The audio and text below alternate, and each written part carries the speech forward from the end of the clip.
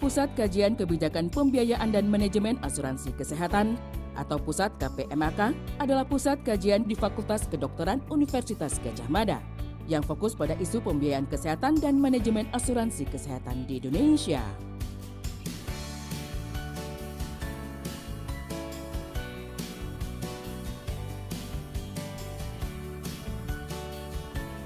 Berpengalaman selama 13 tahun memberikan pelayanan analisis yang tepat, beserta saran kebijakan kepada pengambil kebijakan di tingkat lokal dan nasional.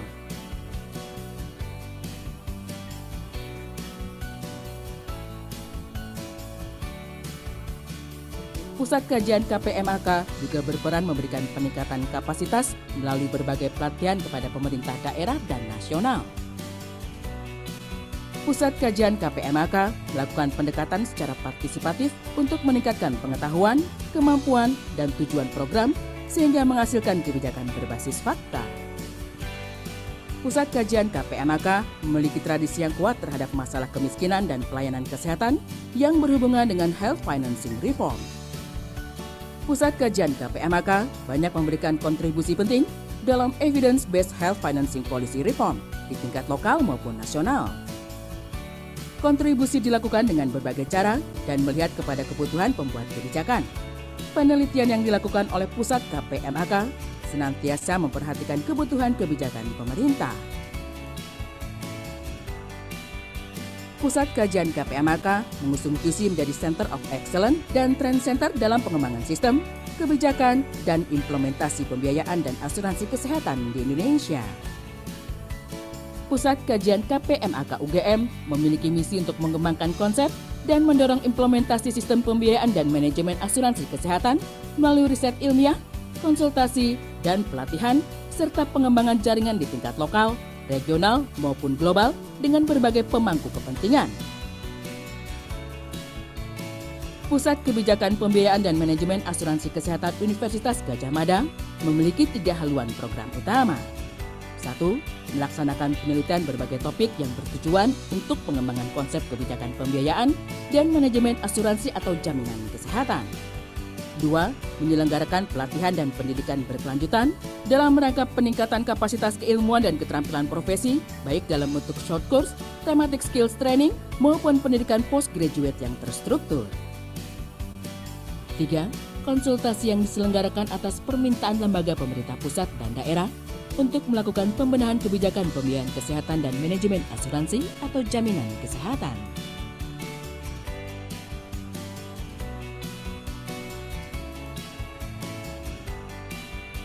Adapun cakupan area penelitian ini meliputi health account, penghitungan biaya kesehatan, penganggaran kesehatan, health technology assessment, evaluasi ekonomi dalam program kesehatan, perhitungan remunerasi di fasilitas kesehatan, evaluasi program JKN, utilization review, coordination of benefit.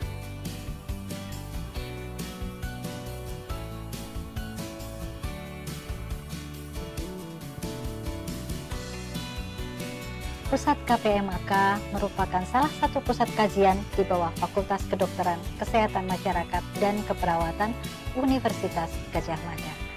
Kami memiliki tradisi riset yang kuat terkait dengan berbagai kajian pelayanan kesehatan yang berhubungan dengan pembiayaan kesehatan dan asuransi kesehatan, baik dengan pendekatan makro maupun pendekatan mikro.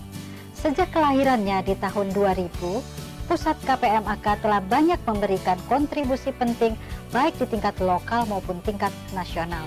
Penelitian yang kami lakukan merespons permasalahan terkini, memberikan evidence ke pembuat kebijakan, merepresentasi kebutuhan masyarakat termasuk diantaranya kelompok masyarakat rentan. Hasil kajian diantaranya adalah evaluasi jaminan kesehatan, penghitungan biaya paket layanan kesehatan bagi masyarakat, juga bagi masyarakat berkebutuhan khusus. Diseminasi hasil kajian dilakukan melalui berbagai metode, baik berupa seminar atau workshop, policy brief, media massa, dan berbagai jejaring media sosial.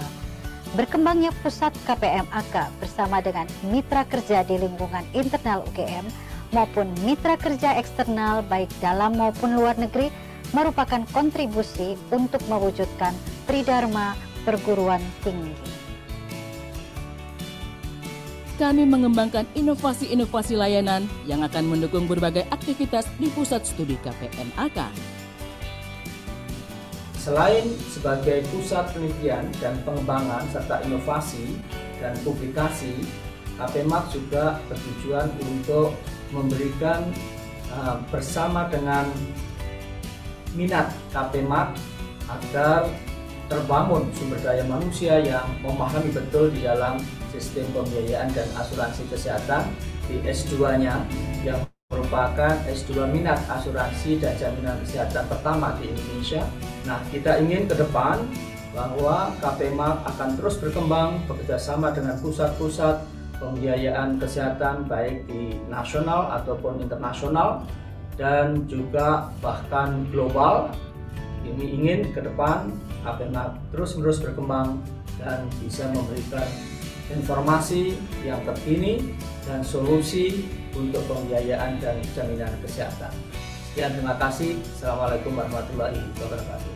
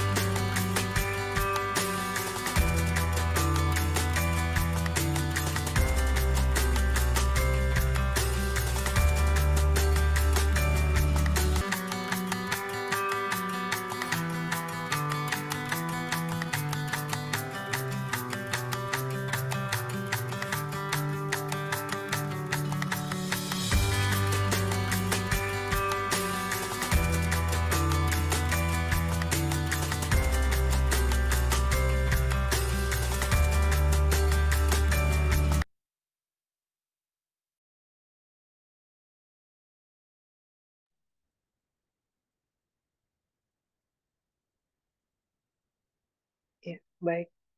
Assalamualaikum warahmatullahi wabarakatuh. Salam sejahtera bagi kita semua.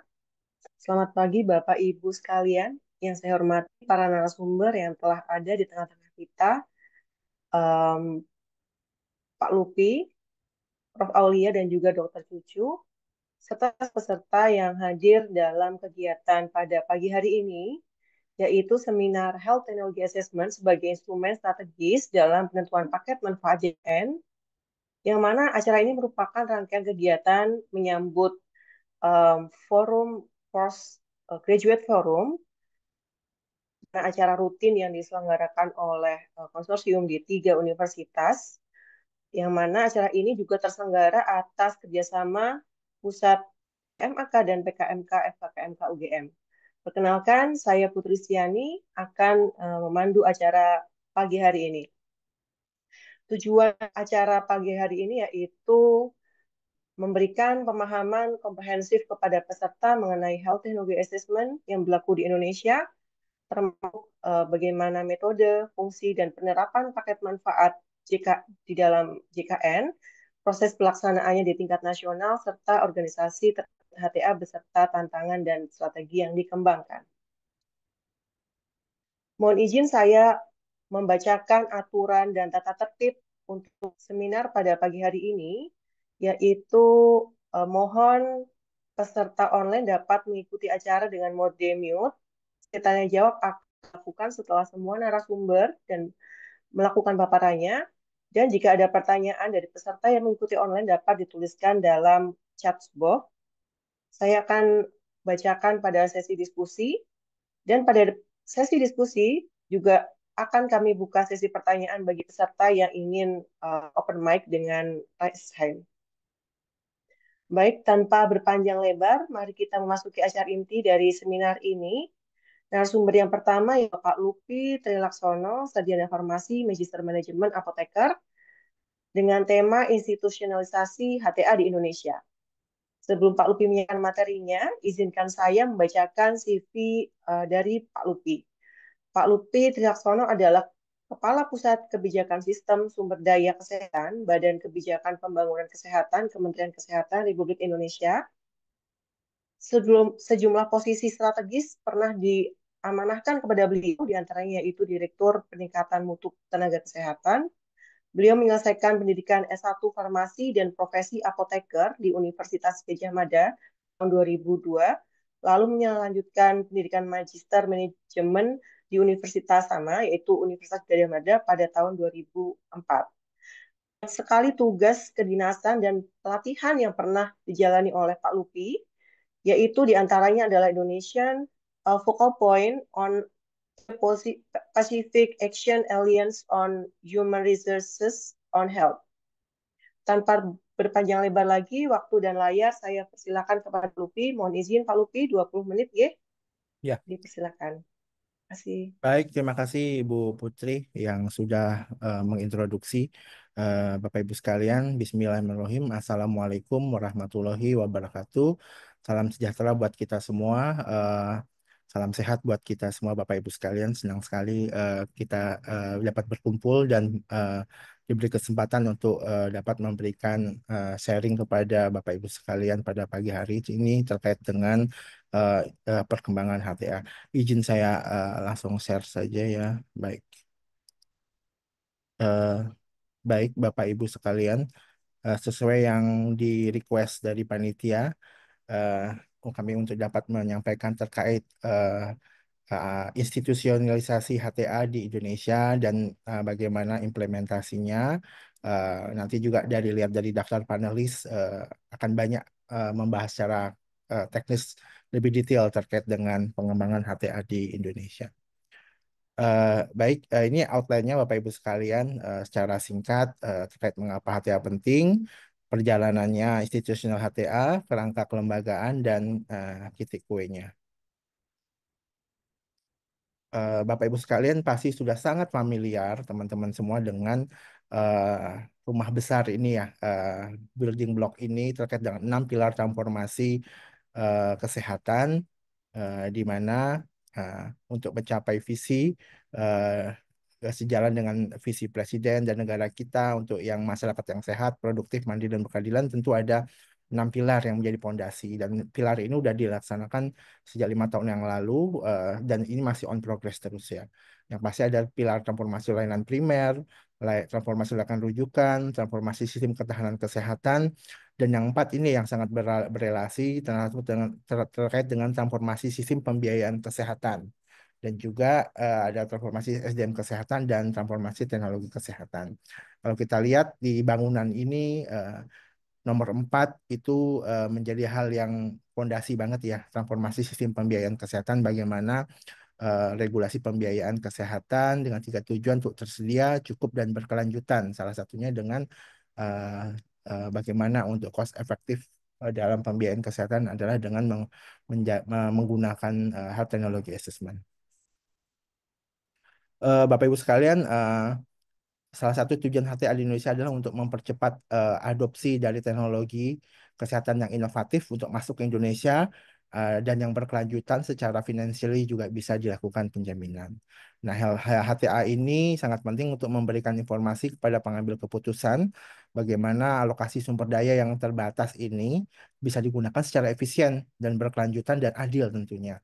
Nah, makanya sejak tahun 2014 Kementerian Kesehatan telah mengidentifikasi penggunaan HTA untuk yang didukung dengan regulasinya ya untuk mengamanatkan alokasi sumber daya yang berbasis bukti dan juga HTA digunakan untuk membantu Kementerian Kesehatan dalam mengambil keputusan terkait penjaminan teknologi kesehatan baru dalam Jaminan Kesehatan Nasional atau JKN. Kita lihat bahwa dalam satu dekade cakupan JKN 96% setara dengan 268 juta populasi, yang saat ini populasi kita ada hampir 280 juta. Dan itu meningkat terus-menerus. Tren pembiayaan juga mengalami peningkatan ya Bapak Ibu sekalian, sehingga kuncinya adalah efisiensi biaya. Karena dimanapun di negara yang maju pun ataupun yang sudah superpower ataupun biayanya besar, GDP-nya juga, namun mereka juga mengaturnya dengan bagaimana nanti pembiayaan kesehatan ini bisa efisiensi ya. Bisa efisien maksud saya. Nah, HTA ini menjembatani ilmu pengetahuan dan kebijakan. Jadi melalui HTA, ilmu pengetahuan yang mengusung safety efficacy, efektivitas klinis, biaya, dampak sosial, budaya, politik, etika, dan agama itu ditinjau dan dilakukan kajian yang hasilnya nanti menjadi dasar kebijakan, baik itu kebijakan kesehatan secara makro, manajemen institusi, dan mikro untuk praktek profesional. Jadi, berapa pentingnya HTA itu menjadi tools atau instrumen atau perangkat bagaimana untuk bisa eh, sebuah produk ataupun tindakan itu dapat dilakukan kajian secara efisien dan untuk nanti cost efisien seperti itu. Dan memahami karakteristik dan dampak teknologi yang membantu menghasilkan keputusan yang lebih baik dan efisien. Karena perlu pertimbangan HTA untuk itu. Kemudian bagaimana perjalanan institusionalisasi HTA di Indonesia? Secara singkat Bapak Ibu sekalian, karena waktu cuma 20 menit, sudah dimulai di tahun 2013 melalui Peraturan Presiden Nomor 12 tahun 2013 yang mengamanatkan JKN dan mengamanatkan dibentuknya Komite HTA Indonesia. Nah, pada tahun 2014 dibentuklah Komite HTA periode 2014 sampai 2017. Kemudian kajian dilakukan sejak tahun 2015 terhadap kajian-kajian pertama kali, contohnya HD dan CAPD untuk pasien gagal ginjal, sildenafil untuk pasien dengan hipertensi arteri pulmonal. Tahun 2017 ditetapkan Permenkes 51 2017 tentang pedoman HTA dan penetapan juga Komite HTA periode berikutnya. 2018 juga Peraturan Presiden Nomor 282 muncul yang akan dilakukan revisi di Perpres 12 tahun 2013 tentang kendali mutu kendali biaya. Kemudian ada penetapan Komite HTA juga di periode 2020 sampai 2023. Kemudian di tahapan yang ke depannya 2021 sampai ke 2025 adalah pengembangan HTA. Bagaimana HTA sebagai program prioritas kesehatan itu menjadi penting sehingga memang perlu dilakukan secara sistematis dan juga karena skalanya semakin lama semakin besar. Kemudian tahun 2021 pencanangan transformasi kesehatan mulai, kemudian dilakukan revisi panduan HTA dan lakukan review terus-menerus bagaimana proses bisnis HTA ini dapat lebih baik seperti itu. Di tahun 2024 dilakukan launching bisnis HTA baru dan penetapan komite HTA di periode 2024 sampai 2027 dan dilakukan implementasi dengan proses bisnis HTA baru dan beberapa terkait dengan terobosan-terobosan baru yang dilakukan secara terbatas terlebih dahulu mengingat perangkat regulasi, kemudian kesiapan teknis itu harus dipikirkan ataupun dibangun terlebih dahulu. Ya. Perbaikan proses bisnis HTA, sebentar. Perbaikan proses bisnis HTA melalui pendekatan strategis yang melibatkan multi stakeholder berpengalaman secara garis besar dibagi 3 tahap, di mana analisis situasi dilakukan dan kami bekerja sama dengan mitra-mitra kami dan ya yang pasti dari WHO, kemudian lembaga konsultan yang sudah biasa melakukan benchmarking HTA di negara lain.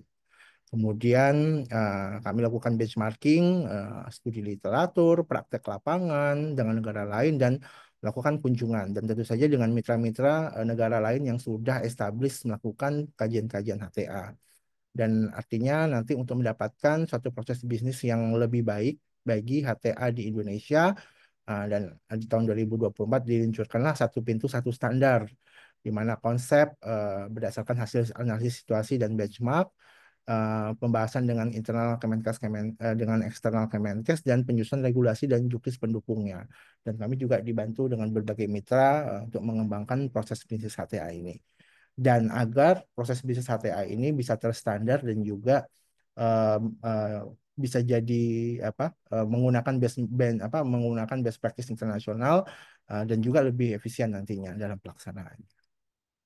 Nah, secara tahapan ya, ini saya gambarkan di bagian ini proses bisnis baru yaitu satu pintu satu standar yang kami sebut seperti itu, di mana tahapan evaluasi itu ada pengajuan topik HTA itu dilakukan yang selama ini reguler dan ini ada yang kita sebut SLS atau stakeholder led submission. Nah, ini adalah saya sampaikan ini yang di nomor 2 ini SLS ini tahapan yang masih baru dan ini masih pilot project sehingga nantinya kalau udah perangkatnya udah komplit, lengkap, masukan dan sebagainya ini bisa menjadi prosedur baru bagi stakeholder baik itu industri, akademisi untuk melakukan penilaian HTA secara mandiri. Semuanya pengajuan topik melalui single platform, baik itu usulan obat dan teknologi medis, kemudian dilakukan asesmen, kemudian ada laporan asesmen dan appraisal, dan nanti luarannya berupa rekomendasi HTA. Nah, pada saat asesmen juga dilakukan, ini juga proses yang baru, di mana di poin 4 ya, negosiasi harga atau VBP ini memang masih selected dan terbatas dilakukan, tidak semua kajian dilakukan VBP. Ini juga menjadi bagian dari proses pembaharuan dalam proses HTA nantinya. Kalau sudah well running well, kemudian baik dan juknisnya sudah komplit, kita akan buka ini secara luas, termasuk yang SLS. Kemudian tahapan implementasi, tentu rekomendasi dari HTA, tim HTA, komite diputuskan nanti oleh Kementerian Kesehatan, oleh Pak Menkes, kemudian konsolidasi hasil keputusan yang untuk dasar implementasi dan tetap dilakukan monitoring nantinya.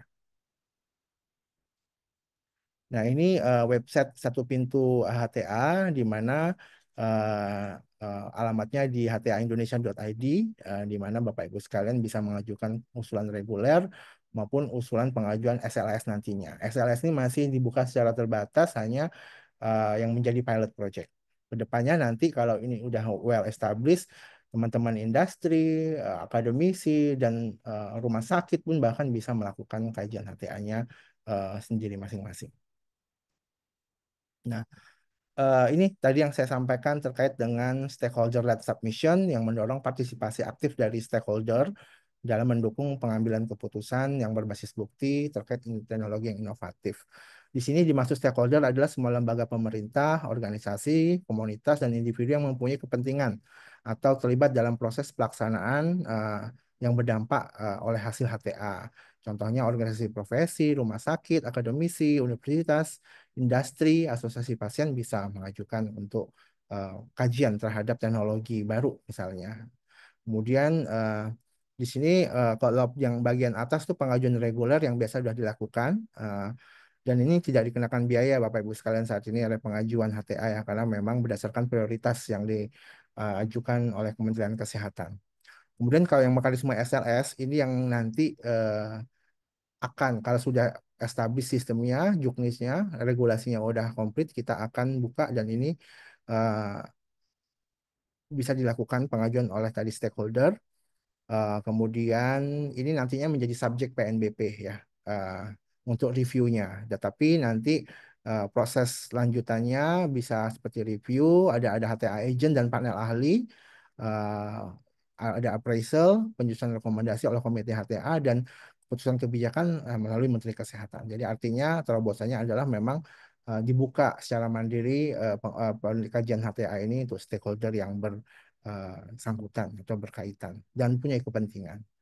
Di sini karena memang teknologi akan maju terus-menerus, baik itu obat dan teknologi medis atau alat kesehatan dan life cycle-nya juga pendek ya. Jadi kadang-kadang teknologi tahun ini, udah tahun depan udah berubah lagi seperti itu. Nah, itulah yang perlu dilihat dan dari sisi cost efisiensi apakah memang berarti seperti itu.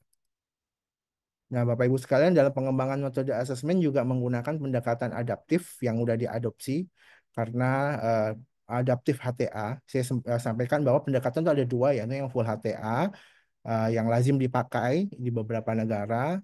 Namun ada perkembangan baru juga di beberapa negara juga udah menggunakan pendekatan yang adaptif HTA, di mana proses penilaian teknologi, pendekatan evaluasinya yang lebih efisien, data untuk dua komponen utama evaluasi ekonomi, biaya dan konsekuensinya diperoleh dari data sumber sekunder atau hasil penilaian dari negara lain. Jadi di sini waktu timeline-nya juga akan lebih pendek ya, bisa 1 sampai 8 bulan maksimal yang dilakukan dibanding dengan full HTA yang pengumpulannya merupakan data primer yang membedakan seperti itu. Namun ini memang untuk teknologi-teknologi baru yang tidak ada data primernya ini yang menjadi challenging. Namun bagi yang sudah lazim, sudah ada di negara lain, kita menggunakan adaptif HTA sehingga proses HTA akan bisa lebih cepat dan mudah.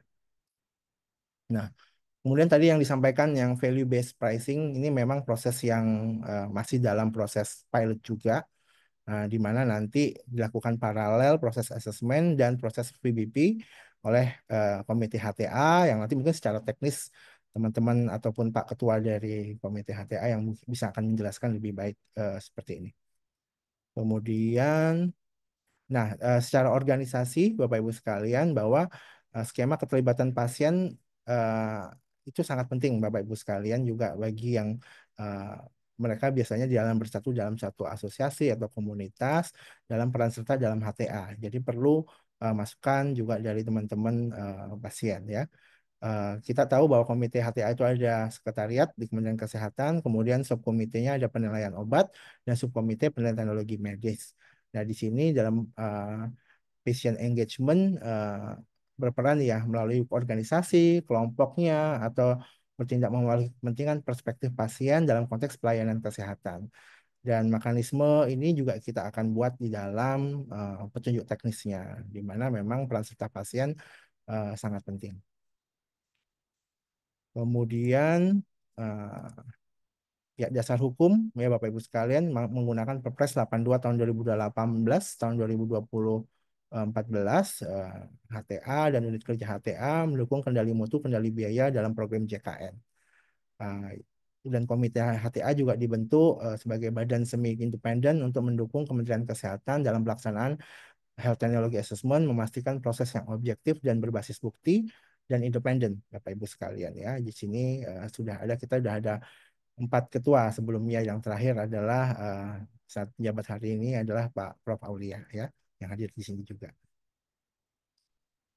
Ini secara organisasi, secara garis besar, Bapak Ibu sekalian, penasihat dari Kementerian Kesehatan, pengarah ada Dirjen Farmalkes, Kepala BKPK, Dirjen Kesmas, Yankes, dan P2P, diketuai oleh Prof. Aulia, sekretariatnya ada di Farmalkes dan BKPK, membawahi 2 subkomite, yaitu subkomite penilaian obat dan subkomite penilaian teknologi medis, ya, yang diisi masing-masing dari expert, bisa akademisi, ex officio Kemenkes, dan BPOM, dan tenaga pakar-pakar lainnya.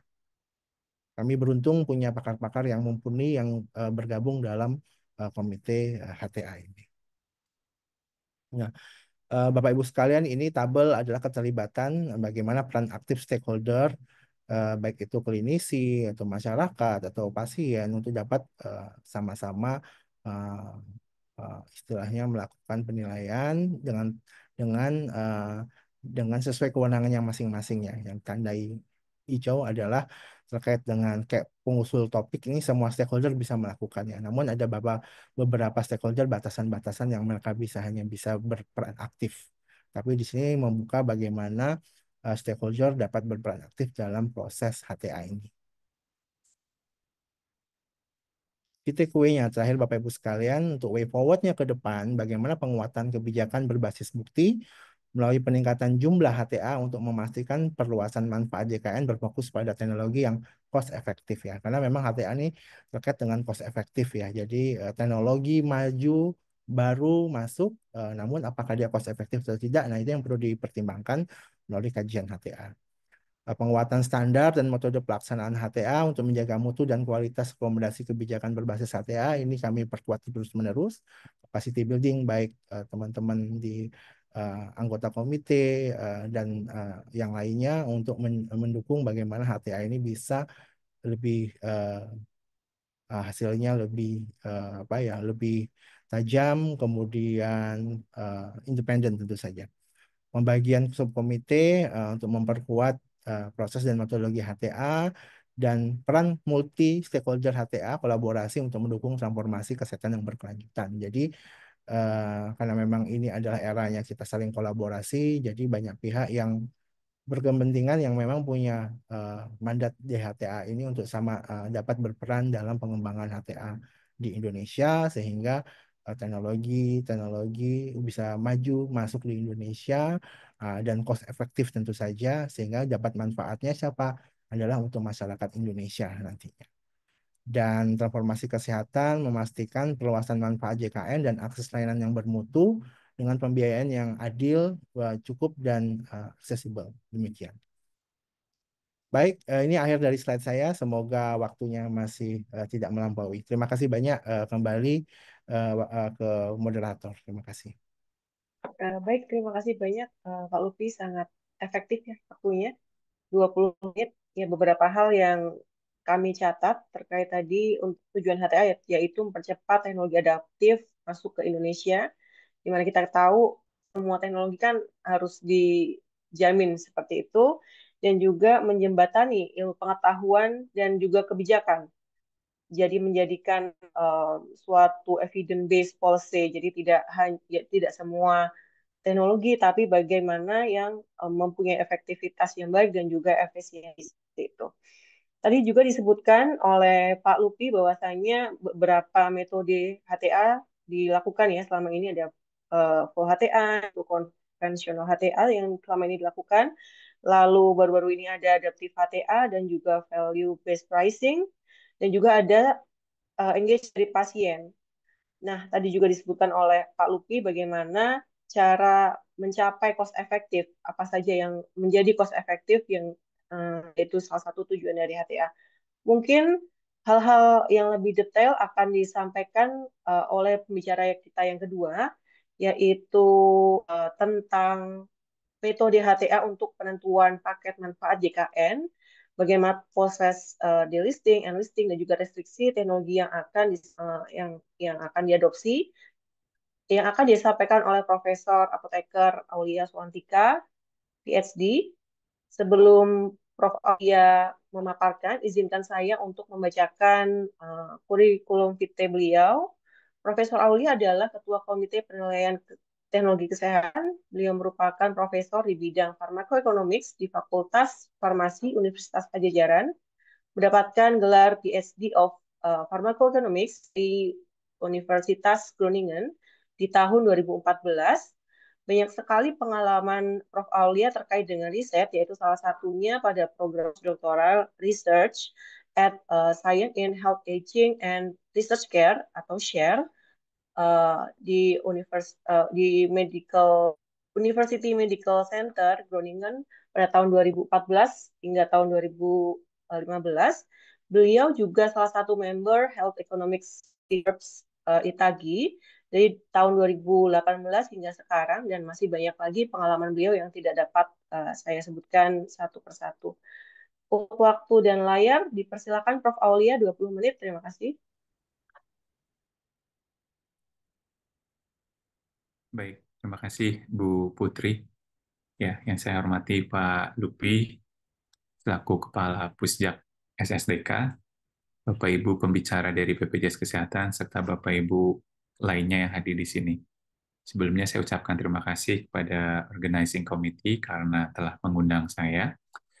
Pada pagi hari ini saya akan share terkait dengan metode HTA untuk penentuan paket manfaat, proses enlisting, delisting, dan restriksi teknologi. Baik, saya akan bagi menjadi dalam beberapa tahapan bagaimana kita melakukan inovasi dalam proses bisnis HTA yang baru, kemudian pengembangan metode assessment, dan secara detail nanti beberapa contoh tahapan dalam enlisting, delisting, dan restriksi teknologi. Dan pada akhirnya nanti akan saya sampaikan sebuah slide tentang key takeaways. Ya, baik. Tadi menyambung apa yang disampaikan oleh Pak Lupi bahwa kita sudah melaunch proses bisnis HTA yang baru beberapa bulan yang lalu, Dan melalui proses bisnis HTA yang baru ini kita namakan satu pintu satu standar. Jadi harapannya melalui proses bisnis HTA yang baru ini kita semakin optimal dapat membantu stakeholder dalam membuat sebuah keputusan yang berbasis bukti. Jadi kita ingin proses evidence informed decision making ini semakin optimal. Tadi beberapa hal yang menjadi novelty sudah disampaikan oleh Pak Lupi, ada yang namanya stakeholder-led submission, kemudian juga ada assessment baru, dan juga kita mengextend sebuah kajian HTA itu tidak hanya berhenti membuat sebuah konklusi, apakah ini cost efektif atau tidak, tapi kita juga mengeksplorasi terkait dengan value-based pricing. Nah, kemudian terkait dengan satu pintu satu standar ini, ya tujuannya dalam konteks transformasi layanan kesehatan yang dilakukan oleh Kemenkes ini untuk memperkuat tata kelola HTA di Indonesia. Ya, jadi penyelenggaraan HTA saat ini dilakukan melalui satu platform dan juga satu komite yang terintegrasi. Mungkin secara operasional itulah definisi satu pintu. Kemudian yang dimaksud dengan satu standar, harapannya penilaian teknologi kesehatan ini mengacu pada standar metodologi dan tata cara penilaian yang seragam, baik itu untuk obat maupun teknologi medis. Dan kita seperti yang tadi dalam slide Pak Lupi sampaikan bahwa tahapan kita untuk mendevelop sebuah proses bisnis yang baru diawali dengan melakukan benchmarking di negara-negara lain, kemudian analisis situasi, dan lain sebagainya. Setiap tahapan yang kita lalui dalam proses bisnis yang baru ini berbasis sebuah evidence dan ada scientific reason di belakangnya. Ya, di balik semua itu tujuannya kita ingin mendorong terjadinya efisiensi dan integrasi proses, serta meningkatkan akuntabilitas dan transparansi dalam proses pengambilan keputusan. Melalui satu platform ini, para pengusul bisa mengusulkan usulan topiknya, nanti ada beberapa mekanismenya akan kita jelaskan lebih lanjut. Nah, kemudian nanti pada akhirnya komite HTA ini akan memberikan rekomendasi dan harapannya bisa diimplementasikan, baik untuk teknologi medis maupun obat. Nah, kemudian untuk mewujudkan proses penilaian teknologi kesehatan yang lebih terkoordinasi, efisien, dan terpercaya, ya harapannya melalui proses bisnis yang baru itu, hal tersebut dapat tercapai. Dari beberapa inovasi yang ada, saya ingin meng-highlight secara spesifik terkait dengan pengembangan metode assessment. Ya, tadi Pak Lupi sudah sampaikan, sebelumnya kita menggunakan studi HTA tradisional. Kemudian kita sekarang berubah dengan pendekatan adaptif. Pada prinsipnya, tradisional HTA adalah sebuah policy-based research process yang tentunya harapannya bisa meningkatkan efisiensi dan equity dari sebuah sistem kesehatan. Namun, dari apa yang tadi kita lihat dalam salah satu slide-nya Pak Lupi, di situ disampaikan bahwa challenge-nya penggunaan metode yang konvensional atau tradisional ini adalah time consuming, karena dalam beberapa aspek mengedepankan pengambilan data primer. Oleh karena itu, belajar dari pengalaman pandemi yang lalu, di mana semua disiplin ilmu, kemudian ada pendekatan adaptifnya, kurang lebih dalam HTA pun kita sama menggunakan pendekatan adaptif ini. Ada beberapa hal yang ingin saya sampaikan bahwa terkait dengan kenapa kita menggunakan pendekatan adaptif. Yang pertama, karena tradisional HTA itu time consuming. Ada beberapa dampak dalam tanda kutip negatif yang mungkin terjadi karena studi HTA itu time consuming, yang pada akhirnya proses pengambilan keputusan juga menjadi lebih lama, yang pada akhirnya berdampak pada akses masyarakat terhadap inovatif medicine pun menjadi terhambat. Oleh karena itu, dengan pendekatan adaptif HTA ini, dan pendekatan ini sudah banyak digunakan, terutama di high income countries, tetapi beberapa negara middle income, even low income countries pun sudah menggunakan pendekatan yang sama. Jadi ini bukan sesuatu yang baru. Pendekatan adaptif HTA itu banyak diaplikasikan di negara-negara lain untuk mengakselerasi proses HTA itu sendiri. Nah, kemudian apa yang dimaksud dengan adaptif HTA? Nah, pada prinsipnya ini adalah sebuah pendekatan untuk fit for purpose. Nah, tentunya berpindah dari satu pendekatan ke pendekatan yang lain, ada yang namanya trade-off. Nah, oleh karena itu, kita pun memahami bahwa konsekuensi mengakselerasi sebuah proses, ada konsekuensi lain yang eh, mungkin kita punya potensi untuk kehilangannya. Nah, namun kita mencoba untuk mengoptimalkan hal tersebut. Nah, jadi keyword-nya di sini adalah fit for purpose, dan yang kedua adalah expedited evidence-based decision making. Nah, ini adalah sebuah systematic review yang meng-compare bagaimana traditional HTA dan adaptive HTA yang sudah dilakukan di beberapa negara low and middle income countries. Poin utama yang ingin saya sampaikan melalui slide ini, trade-off yang umumnya terjadi adalah terkait dengan timeline, bahwa dalam traditional HTA waktunya lebih lama, namun di sisi yang lain, level of comprehensiveness-nya akan menjadi lebih lengkap. Nah, sementara kalau kita lakukan adaptive HTA, prosesnya menjadi lebih cepat, namun dari segi level of comprehensiveness mungkin tidak akan selengkap pada saat tradisional HTA. Nah, yang kita jaga di sini bersama-sama melalui Komite PTK adalah supaya dalam memilah-milah mana yang perlu dilakukan, dalam menjaga level of comprehensive-nya tidak mempengaruhi kualitas hasil kajian yang dilakukan, kita mencoba melakukan beberapa langkah yang optimal. Nanti akan kita lihat pada saat bagian minimal requirement yang kita tetapkan pada saat adaptive HTA. Jadi kurang lebih trade-off yang paling utamanya ada pada level of comprehensiveness dan speed terkait dengan perpindahan dari tradisional menjadi adaptive. Sekarang saya ingin memberikan beberapa ilustrasi yang lebih detail terkait dengan proses enlisting, delisting, dan restriksi teknologi dalam hal penggunaan adaptive HTA yang saat ini digunakan. Nah, seperti yang tadi kita lihat bersama bahwa pengajuan usulan topik ada dua mekanisme, yaitu reguler dan SLS. Baik usulan reguler atau SLS tadi melalui sebuah platform yang sama, yaitu HTA Indonesia. Kemudian ada dua subkomite, yaitu obat dan teknologi medis. Nah, kalau kita bagi kedua subkomite itu dalam hal sifatnya ajuan, ini akan kita spesifik berikan sebuah ilustrasinya untuk usulan obat. Nah, katakanlah usulan obat yang masuk, itu secara garis besar kita bagi menjadi dua, yaitu kategori A dan kategori B. Pembagian dua kategori ini secara sederhana adalah memilah berdasarkan kompleksitas dari usulan atau dari topik yang akan kita bahas. Kategori A ini less kompleks, dan kategori B kebalikannya, dia lebih kompleks, jadi perlu perlakuan khusus. Beberapa contoh yang masuk dalam kategori A, katakanlah untuk obat existing fornas, untuk perubahan restriksi. Jadi obatnya sudah ada, namun dalam beberapa hal kita perlu melakukan restriksi, karena berdasarkan data yang ada, utilisasinya perlu kita jaga. Nah, oleh karena itu, ini obatnya sudah ada, dan kita secara spesifik ingin melakukan perubahan restriksi, maka kita masukkan kategori A. Nah, nantinya di komite pun akan menentukan. Nah, karena ini masuk kategori A, mungkin perlu pendekatan yang tidak sekompleks kategori B. Secara garis besarnya seperti itu. Ya. Kemudian ada di kategori B. Contoh yang di kategori B adalah obat existing fornas dengan beberapa kriteria. Misalnya obat ini high cost dan atau high volume. Kemudian ada tambahan indikasi baru.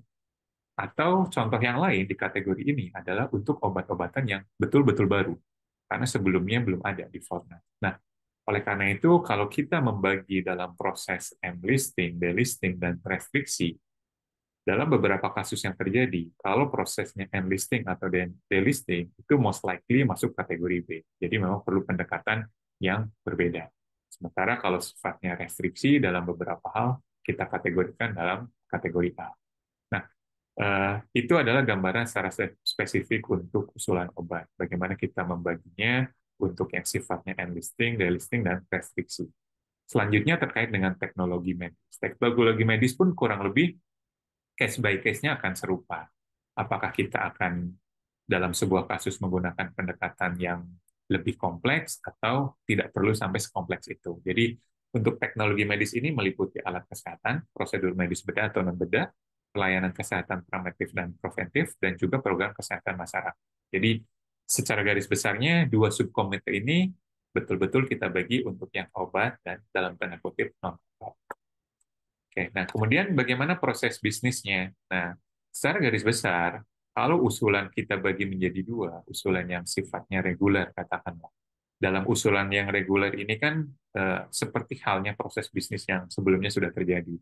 Siapapun mengusulkan topik, biasanya dari organisasi profesi atau fasilitas kesehatan. Nah, kemudian sifatnya berupa usulan topik. Kemudian kami akan melakukan di sekretariat melakukan verifikasi dan seleksi topik prioritas. Baru kemudian dilakukan assessment. Apakah usulan topik tadi bisa terpilih menjadi topik prioritas untuk studi HTA. Nah, kemudian setelah dilakukan kajian, akan dilakukan appraisal. Setelah dilakukan appraisal oleh komite HTA, kami menindaklanjutinya dengan menyusun rekomendasi. Nah, pada akhirnya yang memutuskan apakah rekomendasi kami diterima atau tidak adalah Menteri Kesehatan. Nah, sekarang kita melihat secara spesifik bagaimana prosedur penetapan topik prioritas. Ya, mulai dari tahapan pertama pengumpulan usulan topik. Nah, yang terlibat di sini tentunya pengusul. Siapapun bisa mengusulkan saat ini. Yang penting harus memiliki akun terlebih dahulu di platform HTA Indonesia yang sudah kami develop. Nah, nantinya sekretariat akan mengumumkan usulan topiknya dan diskusi identifikasi topik. Baru kemudian nanti ada tahapan pengisian formulir dan lain sebagainya.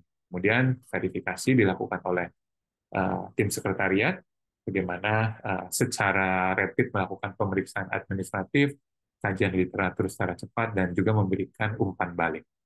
Umpan balik menjadi hal yang sangat penting dalam tahapan proses bisnis yang baru ini, karena kita ingin mengedepankan akuntabilitas dan transparansi. Nah, kemudian setelah dilakukan verifikasi, baru kemudian komite HTA melakukan penyusunan topik prioritas. Sebuah proses yang deliberatif, kita mempertimbangkan beberapa kriteria, kita melakukan scoring, pembobotan, dan lain sebagainya. Nah, kemudian akhirnya ditetapkan topik prioritasnya apa saja, dan pada akhirnya akan kita diseminasikan topik prioritas terpilih. Nah, kemudian ini adalah kurang lebih gambaran secara garis besarnya, ya, pengajuannya melalui platform yang sudah kita develop, nanti diverifikasi, kita bahas di komite, dan ditetapkan. Dan nantinya setelah ditetapkan itu, dari semua usulan topik yang ada, pada akhirnya kami akan membagi menjadi dua. Apakah masuk topik prioritas untuk saat ini, atau belum menjadi topik prioritas. Dan nantinya akan kita diseminasikan. Nah, ini kami membagi kurang lebih usulan topik reguler ini, ada yang sifatnya pasif dan ada yang sifatnya aktif. Yang sifatnya pasif adalah pengumpulan topik yang berasal dari usulan seluruh pemangku kepentingan HTA. Jadi kita melakukan call for topic.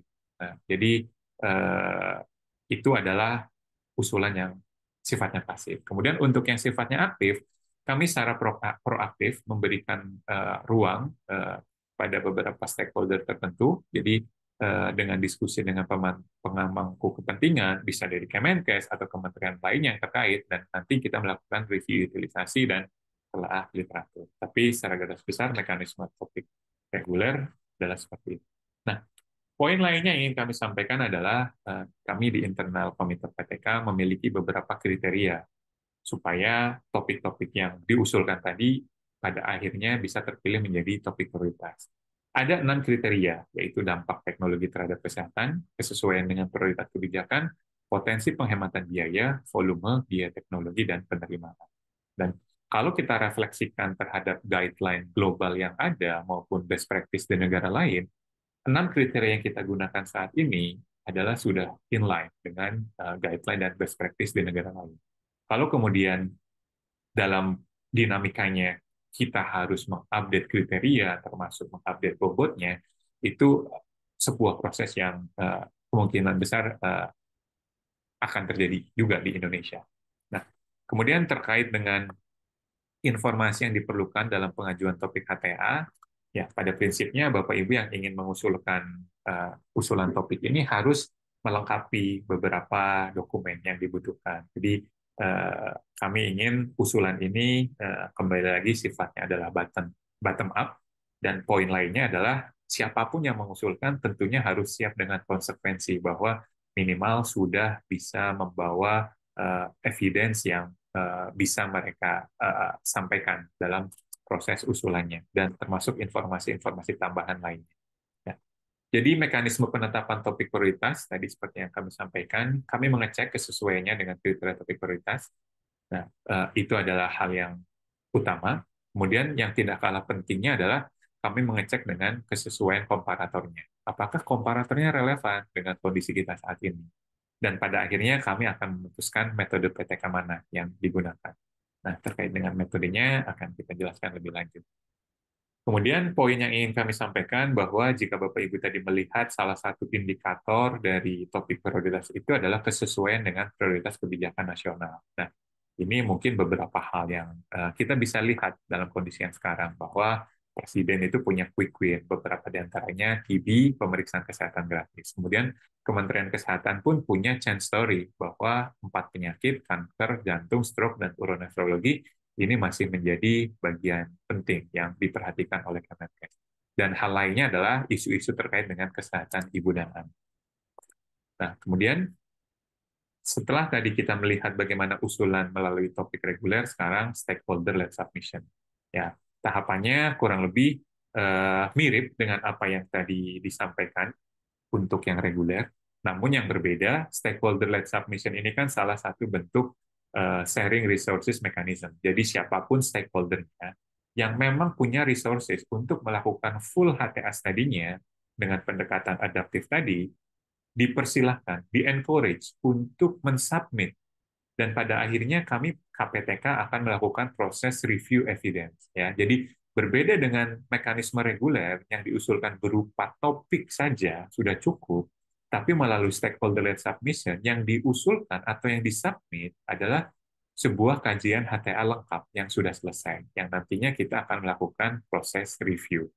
Nah, syarat pengusulnya, entitasnya bisa dari pengusahaan farmasi atau alat kesehatan, bisa dari organisasi profesi, bisa dari organisasi pasien, bisa dari fasilitas kesehatan, dan juga akademisi.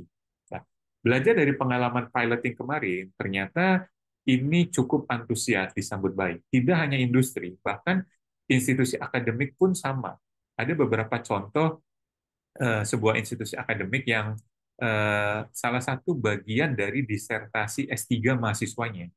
Nah, itu disubmit. Meskipun pada akhirnya karena ini sifatnya piloting, yang betul-betul kami follow up dan memenuhi beberapa kriteria yang lengkap hanya ada satu. Tapi yang bisa kita refleksikan ternyata pada saat piloting, pada saat kita menjaring siapa saja stakeholder-nya, cukup mendapat tanggapan yang baik. Kemudian syarat usulannya, teknologi baru. Kemudian sudah ada NIA. Jika belum ada pun setidaknya sudah dalam proses evaluasi pengajuan izin edar di Badan POM dan diajukan sesuai dengan satu indikasi yang diusulkan. Nah, apa yang bisa kita telaah lebih lanjut terkait dengan pengajuan SLS dilakukan bagi pengusul yang sudah melakukan kajian HTA secara mandiri dalam konteks Indonesia. Ini ada beberapa syarat kelengkapannya, syarat administratif, formulir pendaftaran pengajuan. Semua syarat itu Bapak Ibu dan teman-teman bisa akses di platform HTA Indonesia. Kemudian tahapannya kita bagi menjadi 2. Pra pengajuan. Pengusul mengajukan konsultasi untuk mendapatkan kejelasan proses pengajuan. Nanti ada notulensinya atau laporan pra pengajuan. Dari situ apakah bisa lanjut ke tahap berikutnya?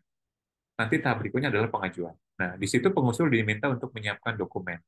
Nah, formulir dan dokumen pengajuan lengkap, nanti apakah bisa lanjut ke verifikasi usulan, pemeriksaan administrasi, kelengkapan pengisian formulir, dan dokumen pendukung. Dan nanti setelah lolos ketiga tahapan awal, pada akhirnya apakah bisa ditentukan masuk proses review evidence. Jadi mana usulan ini dikaji secara kritis oleh kami di Komite PTK, meliputi beberapa aspek klinis, ekonomi, dampak biaya, dan informasi lain. Pada akhirnya kami akan melakukan laporan review. Jadi proses ini sangat terbuka. Bapak Ibu siapapun yang mengusulkan melalui proses SLS ini akan mendapatkan feedback dari setiap tahapan. Ya, kemudian ini adalah beberapa metode assessment adaptif yang kami gunakan dalam proses enlisting, delisting, dan restriksi. Ya, yang pertama adalah ada yang namanya rapid CEA. Rapid CEA ini sejatinya pun merupakan sebuah full assessment. Seperti halnya dalam tradisional HTA, ini pun full assessment. Hanya bedanya kita mengencourage tidak hanya penggunaan data primer saja, tapi data sekunder pun memungkinkan. Nah, ada beberapa kriterianya. Misalnya untuk dampak pembiayaannya tinggi, kemudian high uncertainty dalam aspek biaya dan efektivitas klinis. Kami pun menerapkan beberapa minimal requirement. Jadi pengukuran efektivitas klinis itu harus dilakukan, pengukuran cost effectiveness dengan pemodelan matematika itu pun dilakukan, karena kita ingin melihat sebuah time horizon dalam jangka waktu yang lebih panjang, atau lifetime katakanlah. Dan yang paling memungkinkan ya dengan pendekatan pemodelan matematika. Price benchmarking dalam beberapa hal mungkin tidak diperlukan, tapi kalau itu dilakukan, diperlukan pun masih sangat memungkinkan. Dan yang tidak kalah pentingnya tidak hanya menjawab ini cost efektif atau tidak, tapi affordable atau tidak di segi dampak anggaran. Kemudian dalam pendekatan atau metode assessment lainnya yang relatif lebih singkat atau tidak terlalu kompleks adalah rapid review. Jadi jika kita mencermati mungkin ada satu kasus yang potensi dampak pembiayaan tidak terlalu besar, kemudian efektivitas klinis jauh lebih baik dari yang ada saat ini. Dan dalam beberapa evidence kita sudah cukup yakin. Oleh karena itu ya proses selanjutnya cukup dengan rapid review, katakanlah seperti itu. Jadi beberapa requirement-nya ya kita bisa tampilkan di sini. Jadi dalam pendekatan adaptif ini, untuk proses enlisting, delisting, maupun restriksi, kami menggunakan rapid CA ataupun rapid review. Nah, kemudian poin selanjutnya, ini beberapa slide terakhir dari saya. Kami di internal komite PTK ini mempertimbangkan beberapa aspek penilaian dalam hal appraisal untuk kajian HTA yang sifatnya reguler maupun SLS. Jadi, beberapa aspek penilaiannya diantaranya adalah efektivitas klinis, safety, kualitas hidup, cost effectiveness analysis, dampak anggaran, equity, dan acceptance. Jadi apa yang bisa kita refleksikan di sini bahwa HTA adalah sebuah proses pendekatan yang multidisiplin dan sistematis bisa tergambar dalam aspek-aspek penilaian yang kami gunakan. Nah, kemudian dalam hal enlisting maupun delisting, beberapa hal karena kita mengacu pada sebuah pendekatan yang mempertimbangkan secara komprehensif bagaimana populasinya, intervensinya, komparatornya, dan outcome. Dalam beberapa kasus, ini pun kita elaborate dalam proses enlisting maupun delisting pada saat yang bersamaan, dengan mempertimbangkan intervention dan komparator pada saat melakukan appraisal dengan mempertimbangkan aspek-aspek penilaian yang tadi. Oke. Yang terakhir adalah apa yang bisa kita improve ke depannya. Saat ini kita masih dalam sebuah proses yang panjang, bahwa proses bisnis HTI ini sebuah living proses. Tentunya kami sangat membutuhkan saran, masukan, feedback dari Bapak Ibu semuanya, dari semua stakeholder yang ada, bahwa kebutuhan kita akan studi HTA yang semakin meningkat. Tentunya konsekuensinya kita butuh resources yang lebih banyak, bahwa agen-agen HTA ini perlu kita tingkatkan baik dari segi kuantitas maupun kualitas. Oleh karena itu dalam hal ini Kemenkes tentunya tidak hanya menjadi single body untuk bisa mengimprove proses HTA ini lebih optimal ke depannya. Tentunya kami membutuhkan banyak support dari Bapak Ibu semuanya untuk perbaikan proses bisnis HTA yang lebih optimal. Mungkin itu yang dapat saya sampaikan. Saya kembalikan lagi kepada Ibu Putri. Terima kasih. Baik, terima kasih banyak Prof. Aul. Waktunya sepertinya 20 menit untuk kita membahas metode di enlisting, delisting, bagaimana proses HTA di Komite Penilaian Teknologi Kesehatan. Sepertinya kurang ya, Prof. ya. Nah, namun ada beberapa hal yang saya catat, beberapa hal penting yang saya catat dari materi Prof. Aul yang tadi, yaitu ada beberapa kondisi di mana melakukan retriksi, delisting, dan juga enlisting, seperti apa yang jika dilakukan retriksi yang sudah ada di Fornas, tetapi membutuhkan beberapa kondisi, lalu apabila dilakukan enlisting, delisting dengan indikasi baru ataupun obat baru, seperti itu. Dan untuk hasil dari keputusan appraisal dari Komite PTK tidak hanya dilihat dari si efektivitas biaya saja dan dampak anggaran, tapi lebih kepada aspek lain yang lebih komprehensif seperti itu. Dan proses yang dilakukan oleh Prof. Aulia tadi merupakan living proses, masih berjalan dan berproses mencari form yang lebih optimal agar dapat sesuai di kondisi Indonesia. Mungkin dari inline dengan materi yang disampaikan oleh Prof. Aulia, materi selanjutnya berdasarkan paparan yang ketiga, yaitu bagaimana proses kendali mutu, kendali biaya oleh BPJS Kesehatan, dan apa sih instrumennya, apa lain juga dengan yang dilakukan Kemenkes, yang akan disampaikan oleh Dr. Muhammad Cucu Zakaria. Sebelumnya, mohon izin saya bacakan kurikulum vitae beliau. Beliau adalah asisten deputi bidang kebijakan penjaminan manfaat dan rujukan BPJS Kesehatan. Beliau meraih gelar dokter di Universitas Pajajaran pada tahun 1992. Berbagai posisi penting di BPJS Kesehatan telah didudukinya, di antaranya yaitu asisten deputi bidang pembiayaan manfaat rujukan dan pernah menjadi kepala cabang BPJS Kesehatan di berbagai daerah di Indonesia. Mohon izin Pak Cucu, waktu dan layar dipersilahkan 20 menit, ya. Ya, Bismillahirrahmanirrahim. Terima kasih, Bu Putri. Kang Sedi, mohon izin share screen ya. Baik, selamat pagi, salam sejahtera bagi kita semua. Yang kami hormati Bapak Ibu sekalian yang tidak bisa saya sebutkan satu persatu dalam acara webinar kaitan dengan HTA, tetapi BPJS Kesehatan diminta untuk menyampaikan dari sebagaimana disampaikan oleh Ibu Moderator, Bu Putri, kaitan dengan kendali mutu kendali biaya. Belum nanti kami sedikit menyinggung masalah HTA dalam kendali mutu kendali biaya. Kang Sedi bisa di share screen?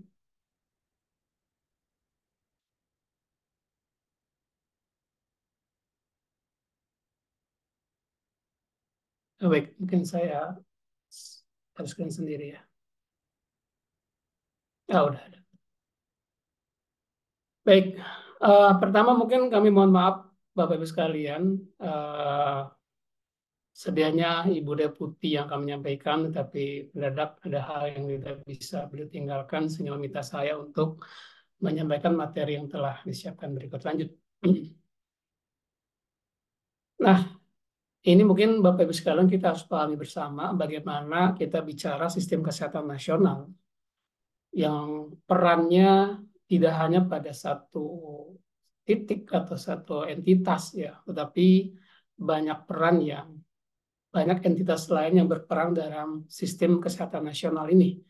Di mana apabila semua bisa berperan optimal, maka mungkin apa yang kita inginkan yaitu derajat kesehatan yang baik, terus perlindungan finansial dan responsiveness yang baik tentu akan terwujud seperti ini. Nah, kalau kita lihat dalam sistem kesehatan nasional, BPJS Kesehatan sendiri mungkin berada di poin ketiga, yaitu pembiayaan kesehatan, seperti itu.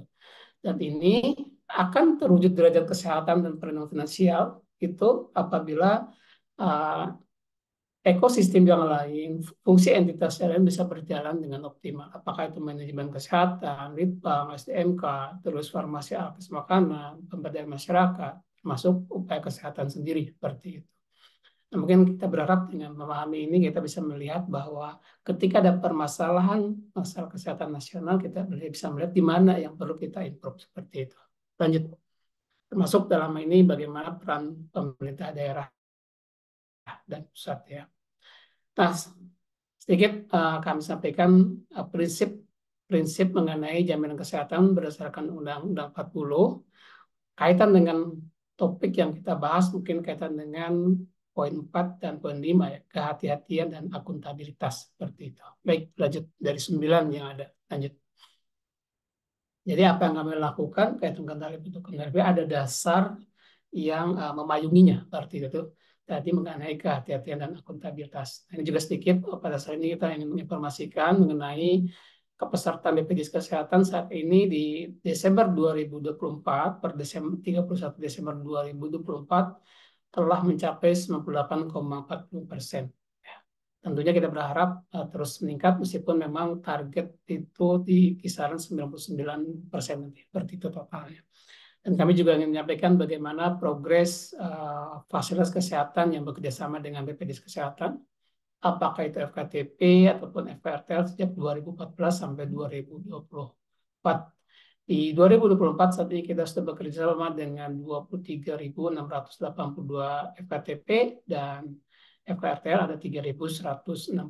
Dengan vaskes penunjang seperti laboratorium, apotek dan sebagainya ada 5.640. Lanjut. Ini bagaimana dari sejak 2014 sampai sekarang pemanfaatan utilisasi pelayanan kesehatan sejak ada JKN. Dari tahun 2014 rata-rata per hari 252.000 dengan dengan total per tahun 92,3 juta.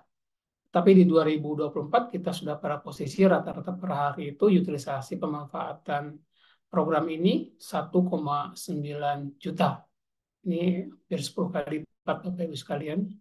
Dan total utilisasi per tahun 700,42 juta. Kita bisa bayangkan begitu banyak yang memang sudah bisa memanfaatkan atau mendapatkan benefit dari program ini. Tentunya kita sesuai dengan harapan pemerintah bagaimana kita bisa menjaga sustainabilitas dari program ini. Dan salah satunya adalah dengan kendali mutu, kendali biaya. Lanjut.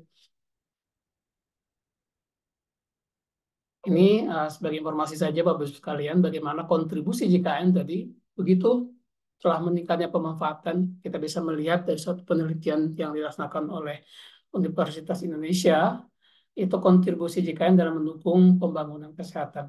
Itu yang pertama mencegah kemiskinan, menurunkan koefisien Gini rasio, terus meningkatkan akses terhadap pelayanan kesehatan, meningkatkan angka harapan hidup, terus menurunkan porsi AOP atau pocket, secara tidak langsung juga menggerakkan ekonomi, menciptakan lapangan kerja, dan penciptaan output penciptaan lapangan kerja itu sendiri. Seperti itu.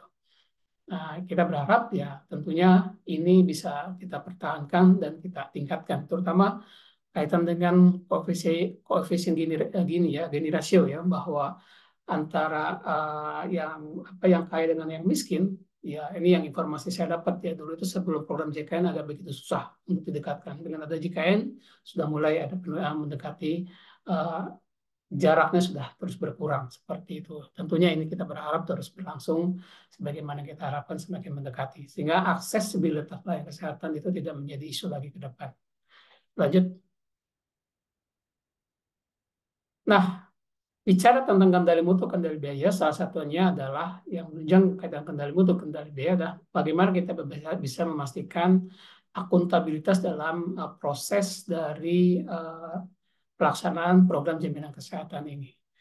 Kami dengan rumah sakit tentu ada suatu sistem yang disepakati ketika kerjasama untuk memastikan bahwa rumah sakit dapat berjalan melakukan proses layanan kesehatan pada peserta kami dengan dijembatani oleh suatu sistem. Nah, di mana dalam hal ini nanti dengan adanya kesepakatan nanti akan ada juga audit, proses audit ke depannya seperti itu. Dan tentunya rumah sakit untuk memastikan bagaimana bisa menjaga harapan dari kerjasama, rumah sakit memastikan koder dan pengisiannya bisa berperan dengan optimal seperti itu.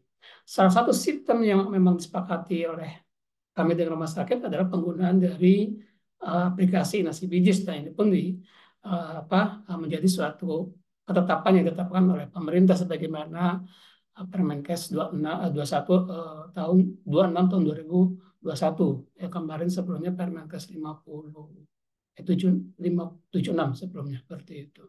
Di mana harus memakai salah satunya aplikasi CBGS atau Nasi Bijis seperti itu. Itu bagian dari check and balance yang dilakukan oleh kami ataupun oleh negara menurut kami untuk memastikan bahwa program ini bisa berjalan optimal, memastikan kaitan dengan kendali mutu, kendali biaya seperti itu. Tentunya ada beberapa hal yang memang dikeluarkan dalam check and balance ini.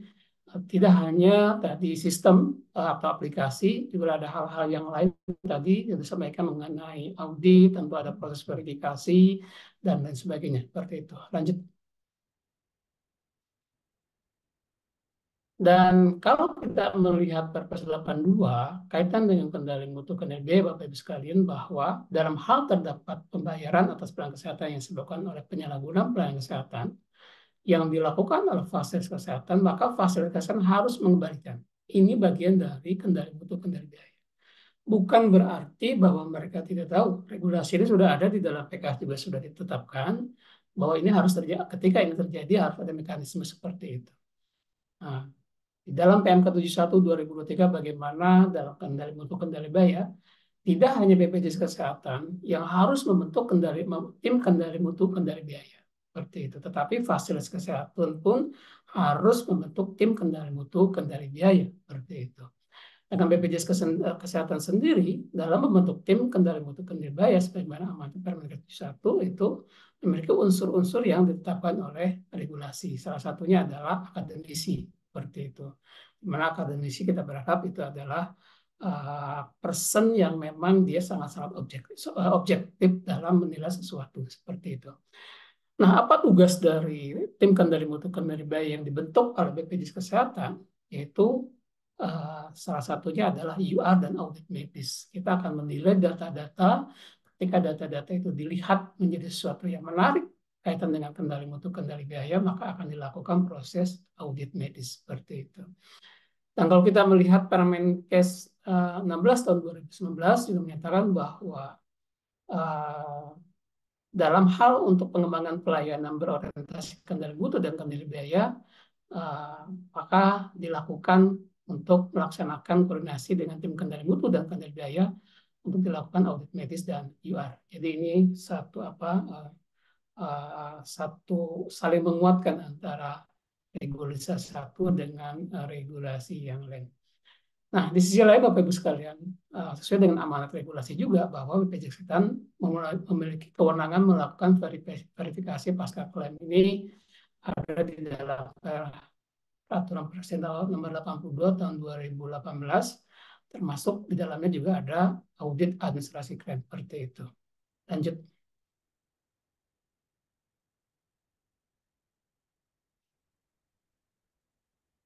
Nah, kita lihat lagi Bapak Ibu sekalian, bagaimana regulasi mengamanatkan kendali mutu, kendali biaya dalam program jaminan kesehatan.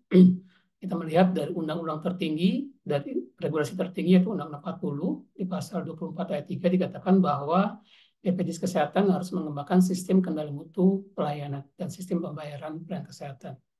Kita harus melakukan pengembangan kendali mutu. Nanti kita lihat. Yang kedua tadi, di Perpres 82, selain yang tadi disampaikan, juga disampaikan di pasal 88, menyatakan bahwa ketentuan lebih lanjut mengenai kendali mutu dan kendali biaya pelayanan kesehatan itu diatur dengan peraturan menteri. Tadi kita sudah lihat ada Permenkes 71, ada Permenkes 16 seperti itu. Dan selanjutnya di dalam peraturan BPJS Kesehatan nomor 8 tentang kendali mutu kendali biaya bahwa BPJS Kesehatan melakukan penerapan kendali mutu kendali biaya ada program penyelenggaraan jaminan kesehatan. Dan salah satunya bagaimana di situ lebih jelas lagi pembentukan dari tim kendali mutu, kendali biaya, serta ada tim yang namanya Dewan Pertimbangan Medis untuk menyelesaikan permasalahan-permasalahan medis seperti kasus disiplin lanjut. Nah, peran BPJS Kesehatan dalam kendali mutu kendali biaya efektif Bapak Ibu sekalian, tentu kita melalui strategi processing yang mungkin saat ini masih bisa dikatakan terbatas, kita bagaimana melakukan seleksi provider. Salah satunya melalui credentialing, terus diikat dengan kerjasama seperti itu. Dan kita pun menilai performa dari Vaskes melalui penilaian kepatuhan. Di sisi lain kita juga bagaimana kita melakukan aspek cakupan dan kualitas manfaat yang kita pastikan itu bisa memberikan suatu kualitas yang baik bagi peserta. Jadi artinya kita membeli pada provider atau pada Vaskes itu ada sesuatu yang memang kita harapkan, kita minta mutu yang kita harapkan seperti apa, seperti itu. Nah, tentu di sini kita sampaikan mengenai regulasi-regulasi yang harus menjadi acuan atau pedoman yang dipedomani oleh fasilitas kesehatan yang kita lakukan proses kerjasama. Sebagaimana kita seperti selayaknya kita membeli suatu produk seperti itu. Ya. Mana penting adanya standarisasi dari manfaat pelayanan kesehatan di dalamnya itu ketika tentang standarisasi ada dalam proses standarisasi ada peran HTA di dalamnya. Terus bagaimana kita melakukan proses pembayaran, ini juga kita kerjasamakan, kita sepakati dengan fasilitas kesehatan sehingga apa yang kita keluarkan, uang yang kita keluarkan itu ya sesuatu yang dapat dipertanggungjawabkan. Salah satunya sekarang ada di FKTP ada pembayaran kapitasi berbasis kinerja seperti itu. Nanti akan ada juga pembayaran insentif. Saat ini di 2024 ada disertai dengan pembayaran insentif seperti itu. Nah, ke depan di area FTL Itu pun akan kita lakukan tentu dengan suatu proses terlebih dahulu sampai nanti disepakati bahwa pembayaran kepada FKRTL pun harus berbasis kompetensi, berbasis kinerja dan kompetensi. Lanjut. Nah, ini bagaimana ekosistem dari kendali mutu, kendali biaya, Bapak sekalian yang ada di program jaminan kesehatan. Nah, tadi mungkin sebagian sudah disampaikan. Yang pasti bahwa di luar kendali mutu, kendali biaya yang kita lakukan, maka kita bersinergi dengan eksternal kita kaitan dengan bagaimana kita melakukan kendali mutu, kendali biaya, terutama dengan asosiasi vaskes dan organisasi profesi dalam hal ini seperti itu. Nah, kita berharap bahwa upaya-upaya ini ya luarannya tadi bahwa mutu atau layanan yang diberikan oleh negara melalui BPJS Kesehatan kepada pesertanya itu adalah suatu layanan yang memang dapat dipertanggungjawabkan dan suatu layanan yang jelas-jelas bermutu seperti itu sehingga meningkatkan kepuasan peserta. Lanjut. Bapak Ibu sekalian, kami mencoba melakukan zooming lebih dalam lagi upaya kendali mutu kendali biaya yang kita lakukan dalam berbagai fase, mulai dari perspektif, concurrent, dan retrospektif. Di aspek perspektif kita tadi melakukan credentialing dan reconciling, terus melakukan pembayaran KTP berbasis KBK, jadi ada kesepakatan berbasis kinerja dan kompetensi, terus kita juga menyampaikan kesepakatan mengenai rujukan FKTP itu harus sesuai dengan kriteria, kesepakatan standarisasi penjaminan pelayanan kesehatan. Kita juga ada upaya intensifikasi promoter preventif sebagai upaya untuk mencegah tingginya angka kesakitan dalam hal ini. Terus kita juga melakukan kesepakatan mengenai validasi biometrik kaitan dengan keabsahan peserta yang akan mendapatkan layanan seperti itu.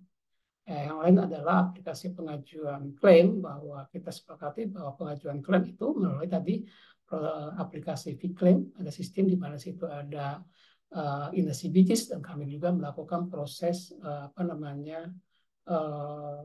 verifikasi disepakati melalui fitur-fitur atau aplikasi-aplikasi yang kita sampaikan kepada fasilitas kesehatan. Salah satunya adalah ada VD, ada DIVA, seperti itu untuk mengetahui bahwa klaim yang mereka ajukan itu sudah sesuai dengan kesepakatan atau regulasi-regulasi yang ada. Termasuk kita juga tengah melakukan proses bagaimana kita memastikan kapasitas FKR itu sesuai dengan apa yang diperjanjikan oleh FKRTL. Artinya adalah dalam hal ini, ke depan ini nanti akan kita lakukan secara tegas mungkin ya, bahwa ketika FKRTL itu memang praktek jam sekian dan itu bahwa ruang prakteknya itu hanya bisa diakses oleh sekian peserta, maka untuk mutu layanan peserta itu maka tidak boleh lebih dari itu. Sehingga peserta yang akan ke sana nanti akan dialihkan kepada poli lain atau rumah sakit lain yang masih memiliki kapasitas seperti itu. Di aspek concurrent yang kita pada saat proses itu kita melakukan kontrol. Bagaimana kita memastikan kontrol ulang dan rujukan internal itu sesuai dengan ketentuan yang ada. Ini sedang berproses. Secara regulasi itu kita sudah sampaikan bahwa ini harus sesuai dengan regulasi, apa itu kontrol ulang atau rujukan ulang secara sistem agar bisa memudahkan kita mencoba untuk di otomasi sehingga lebih mudah dalam proses pengendalian biaya, kendali mutu, kendali biaya di aspek concurrent seperti itu. Termasuk rujukan antar rumah sakit, terus adanya portal informasi vaskes sehingga memudahkan kita memonitoring, terus pemutahiran logika verifikasi, terus ada kita verifikasi yang dilakukan bersama-sama untuk memastikan pada saat concurrent verifikasi bersama untuk memastikan ketepatan verifikasi seperti itu. Dan pada saat concurrent juga kita melakukan pencegahan penyimpangan atas aturan yang ada. Aplikasi-aplikasi yang ada, proses verifikasi untuk memastikan hal tersebut. Di aspek retrospektif kita melakukan audit medis, termasuk audit medis, audit administrasi klaim, termasuk juga adalah proses verifikasi. Setelah kita lakukan verifikasi bayar klaim kita sesuai dengan perpres tadi, ada verifikasi pasca klaim seperti itu. Kita juga melakukan review kapitasi berbasis kinerja atau KPK tadi dan UR tadi. Ketika dengan UR ada data yang anomali, kita lakukan proses audit untuk mengetahui apakah sudah betul atau tidak seperti itu. Nah, ini adalah salah satu hal yang kita lakukan, bagaimana kendali mutu, kendali biaya bisa kita laksanakan di program jaminan kesehatan. Seperti itu. Dan di sisi lain Bapak Ibu sekalian bahwa kita tentu sangat trust terhadap apa yang dilakukan oleh fasilitas kesehatan, tetapi tetap di situ ada unsur fairness ya. Maksudnya adalah bahwa secara medis atau fasilitas kesehatan terutama dokter di dalamnya itu yang lebih tahu. Tapi kita juga ada unsur fairness ya sebagai balance ya. Balance fairness itu ya bahwa apa yang mereka lakukan itu sesuai dengan ketentuan yang ada atau tidak. Salah satunya adalah proses verifikasi seperti itu, melihat kembali apa yang telah dilakukan oleh fasilitas kesehatan. Lanjut. Ya sebentar lagi nih Pak Sedi ya. Waktunya ini lanjut ya. Ini bagaimana kami melakukan pengelolaan klaim secara transparansi akuntabel sesuai dengan ketentuan yang ada. Sekali lagi Bapak Ibu sekalian, apa yang kami lakukan adalah amanat dari regulasi yang ada. Lanjut aja, Kang Zedi. Lanjut.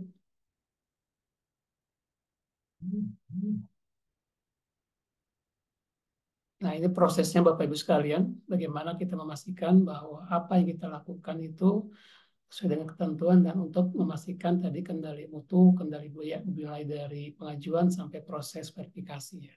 Pada tahap verifikasi nanti ada kondisi klaim itu layak, tidak layak, pending atau dispute. Kenapa tidak layak? Tentu kita sesuai dengan ketentuan yang ada. Kenapa pending? Ternyata masih ada hal-hal yang kurang lengkap salah satunya. Kenapa dispute? Ternyata ada satu permasalahan yang belum ada kesepahaman sehingga dispute.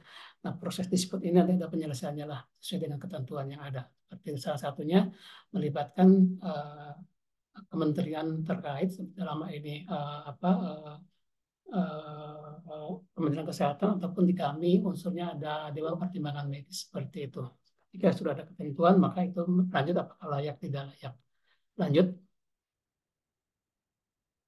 Nah, ini apalagi ini Bapak Ibu sekalian ada layer-layer untuk memastikan kendali mutu, kendali biaya yang mulai dari di first layer sampai web layernya. Oke, lanjut aja.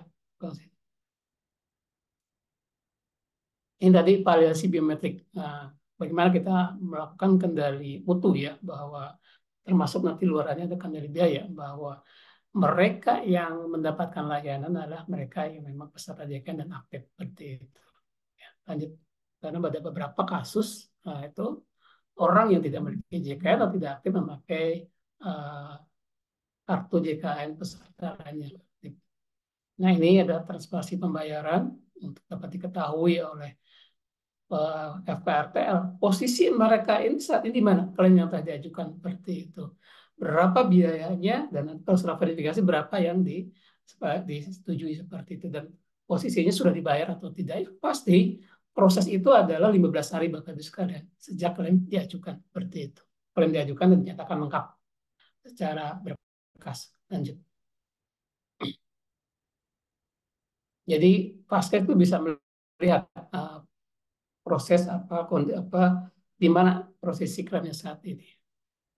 Oke, ini bagaimana integrasi SIM Fastcare dengan BPJS Kesehatan memastikan proses layanan bisa berjalan optimal. Lanjut aja waktunya. Nah, kaitan dengan ATA Bapak Ibu sekalian bahwa kalau kita lihat Perpres 82 di pasal 49 dinyatakan bahwa Menteri dapat menetapkan pelayanan kesehatan lain yang dijamin berdasarkan penilaian teknologi kesehatan ATA dengan memperhitungkan kecukupan iuran. Tadi disampaikan oleh Prof. Paul bagaimana proses HTA yang terjadi yang sekarang ini digencarkan HTA yang adaptif daripada yang tradisional seperti itu. Ya. Di sini disampaikan bahwa HTA ini sangat berperan tetapi dengan memperhitungkan kecukupan iuran. Dan itu pun setelah berkoordinasi dengan menteri yang menyelenggarakan urusan pemerintahan di bidang keuangan seperti itu. Apalagi tadi Prof. Paul juga ada menyampaikan bahwa fungsi HTA itu adalah untuk menunjang sustainabilitas program jaminan kesehatan salah satunya seperti itu. Di pasal 52 dinyatakan bahwa pelayanan kesehatan yang tidak dijamin salah satunya adalah yang belum dinyatakan efektif berdasarkan penilaian teknologi kesehatan. Ketika ada sesuatu yang dinyatakan tidak efektif, tentu belum bisa menjadi benefitnya JKN. Ataupun ketika dia sudah masuk dan ada hasil AT dinyatakan tidak efektif, tentu harus menjadi pertimbangan untuk dikeluarkan dari benefitnya seperti itu. Di pasal 82 dikatakan bahwa salah satu untuk memastikan kendali mutu kendali biaya adalah HTA itu sendiri. Di pasal 85 dikatakan bahwa HTA atau penilaian teknologi kesehatan itu dilakukan untuk menilai efektivitas dan efisiensi penggunaan teknologi atau teknologi berupa metode, obat, atau alat kesehatan dalam pelayanan kesehatan, program jaminan kesehatan. Jadi tidak hanya obat. Tadi juga Prof. Aulia sudah menyampaikan. Dan di dalam Permenkes 51 nyatakan bahwa kriteria teknologi kesehatan dalam penilaian teknologi kesehatan jika itu terdiri dari mulai high volume sampai memiliki tingkat penerimaan dari aspek sosial, budaya, etika. Jadi tidak hanya satu. Dan kesimpulannya adalah Bapak disampaikan bahwa HTA dilaksanakan sebagai salah satu upaya kendali mutu dan kendali biaya. HTA dilakukan pada teknologi yang berkriteria dan berdasarkan prioritas dengan memperhatikan kecukupan iuran. Di pasal lain dikatakan ketika terkait kecukupan iuran juga katakan mengenai mempertimbangkan keberlangsungan program jaminan kesehatan. Jadi tidak semua HTA seharusnya tidak menjadi sesuatu yang langsung diadop dalam program jaminan kesehatan, tetapi mempertimbangkan tadi kecukupan iuran dan tadi sustainabilitas program ke depan. Maksudnya adalah sustainabilitas ketika ini masuk dalam benefit, apakah kecukupan dana yang ada itu bisa masih memungkinkan atau tidak salah satunya. Maka ketika masalah kecukupan anggaran yang kecukup untuk sustainability program JKN ini, untuk kecukupan anggaran yang ada, itu akan melibatkan beberapa stakeholder yang di JSN di situ ada dan lain sebagainya seperti itu. Nah, tentunya kita sangat mendukung HTA ini yang dapat meningkatkan kendali mutu kendali biaya dan juga memastikan sustainabilitas dari program jaminan kesehatan ini. Lanjut, saya pikir udah ya. Terima kasih dia. Slide berikutnya, penutup. Baik, bahwa sebagai penutup, BPJS Kesehatan berupaya untuk meningkatkan tentunya efektivitas dan efisiensi penyelenggaraan program jaminan kesehatan sebagai bagian dari kendali mutu kendali biaya. Di aspek regulasi, perlunya kejelasan regulasi atau kejelasan regulasi itu bagi seluruh pihak yang terkait dalam pelaksanaan program jaminan kesehatan ini sebagai upaya termasuk bagian dari upaya kendali mutu kendali biaya, karena regulasi dari disampaikan yang tidak jelas itu menimbulkan banyak hal permasalahan kaitan dengan upaya kendali mutu dan kendali biaya. Selanjutnya adalah kaitan dengan mutu layanan. Mutu layanan bagi peserta pada program JKN sangat tergantung pada implementasi kebijakan di masing-masing stakeholder. Tapi tentu dengan tetap memperhatikan kendali biaya seperti itu. Dan pastinya dukungan seluruh asosiasi vaskes, organisasi profesi, pemangku kepentingan termasuk UGM dalam hal ini untuk bersama meningkatkan mutu layanan vaskes kesehatan, masuk kepatuhan pengkodingan pada klaim inasi bijis, mungkin bagaimana memastikan coder tadi ya dalam hal ini dalam pengkodingan sesuai dengan ketentuan yang berlaku sehingga terwujud proses klaim yang valid dan akuntabel seperti itu. Mungkin sekali lagi terima kasih. Mohon maaf jika ada hal-hal yang tidak berkenan. Saya kembalikan kepada moderator, kepada Ibu Putri. Saya akhiri dengan bila itu berikan walidayah. Assalamualaikum warahmatullahi wabarakatuh. Alhamdulillah. Fala takunanna minal mumtarin. Waalaikumsalam warahmatullahi wabarakatuh. Terima kasih banyak Dr. Cucu atas penjelasannya. Sangat komprehensif sekali ya Pak ya. Tadi terkait dengan bagaimana kehati-hatian dan akuntabilitas yang dilakukan oleh BPJS Kesehatan dalam rangka TKMKB. Banyak sistem audit dan juga aplikasi-aplikasi yang dikembangkan, bahkan ada biometrik yang dikembangkan oleh BPJS Kesehatan sehingga agar tercapai strategic health purchasing, dari mana bayarnya, apa yang akan dibeli dan bagaimana cara pembayarnya. Mungkin dari hubungan dari dengan HTA itu bagaimana mempertimbangkan kecukupan iuran dan bagaimana dari rekomendasi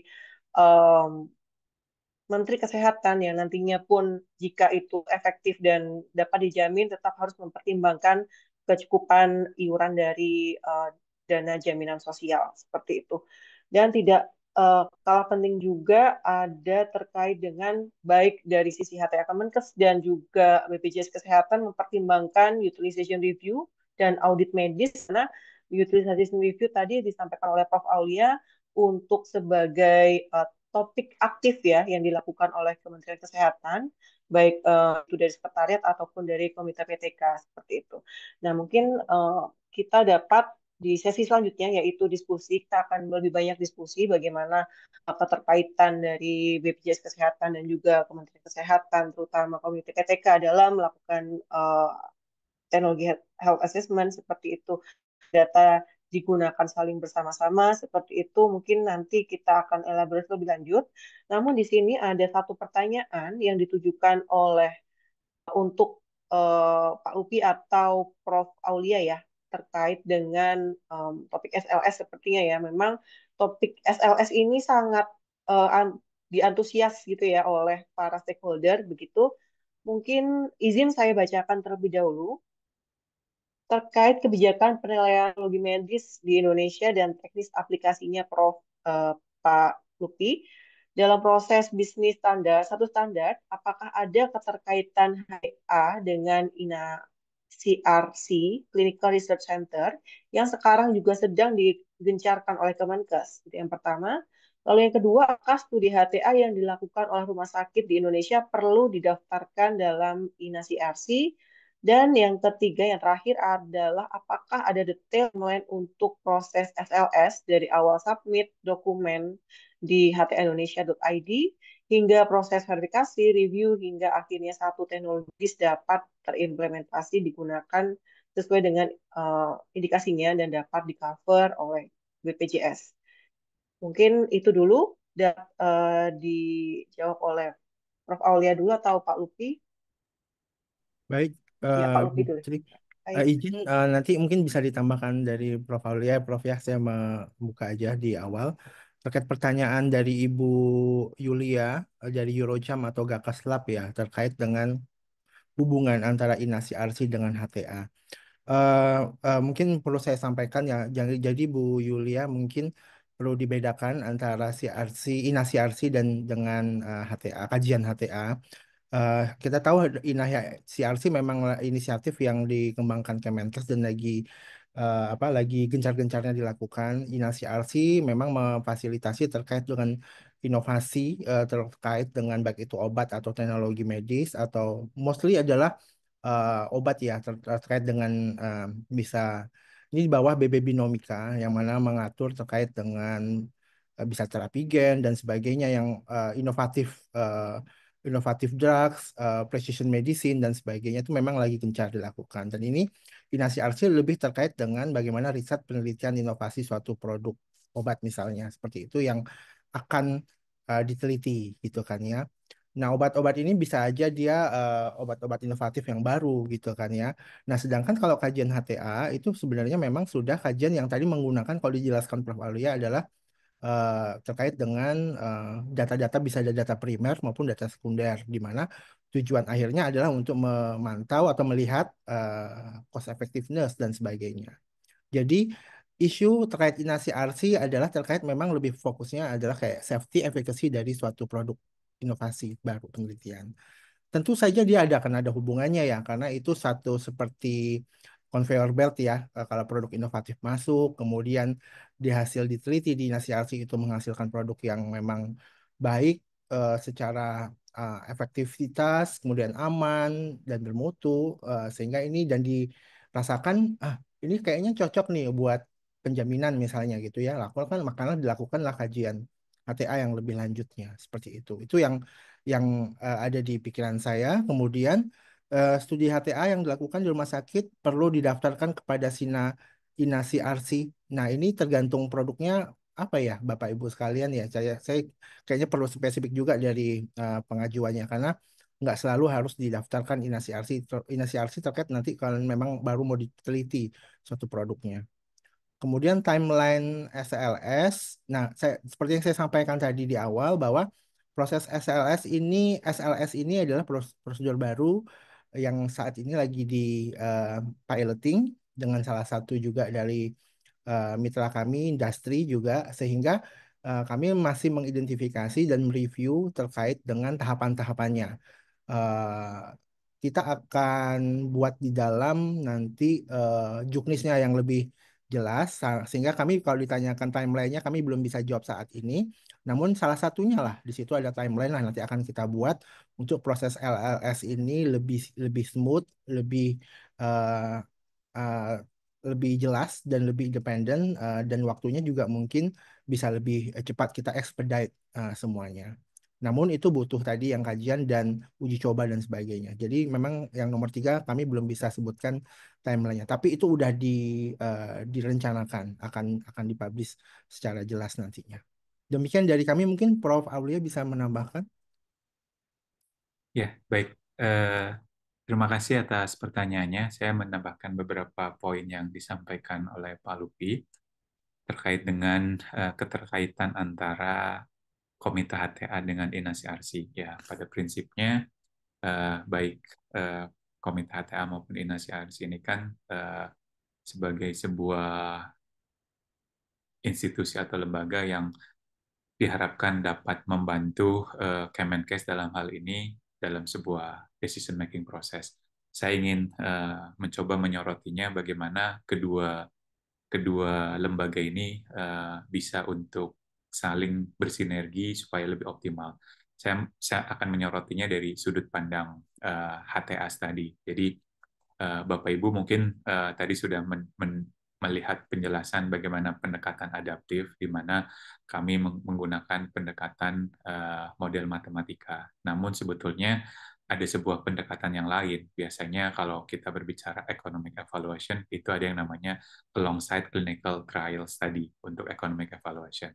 Dalam beberapa hal ini kita bisa optimalkan. Jadi kalau misalnya selama ini sebuah clinical research atau clinical study luarannya mungkin fokus pada clinical outcome saja, tetapi kalau dari awal sudah didesain untuk membuat sebuah alongside clinical trial buat HTA-nya, itu akan lebih optimal. Jadi saya mencoba menyorotinya dari hal itu.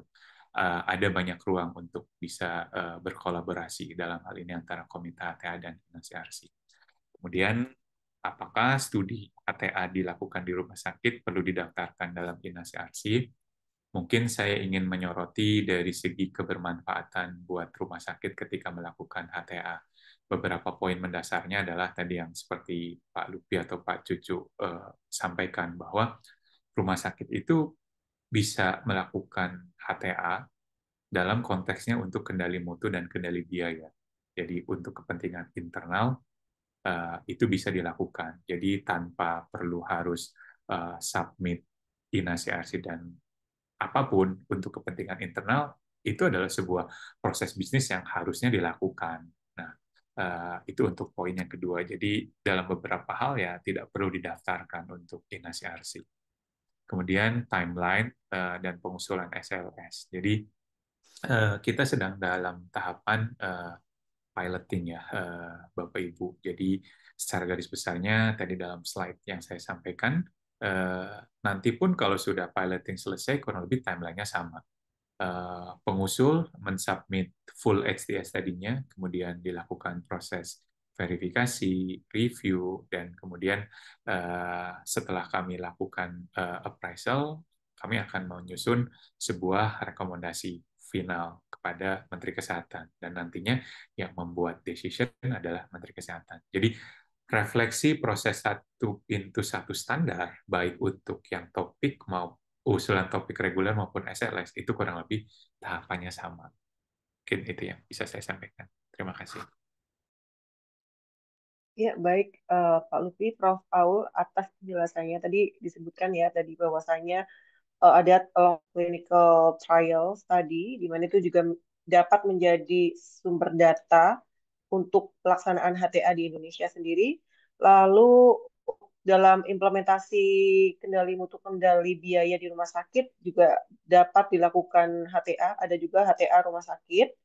Dan untuk piloting SLS saat ini baru sampai dari tahap pilot, dan nantinya pun akan ada sosialisasi lebih lanjut dari Kementerian Kesehatan.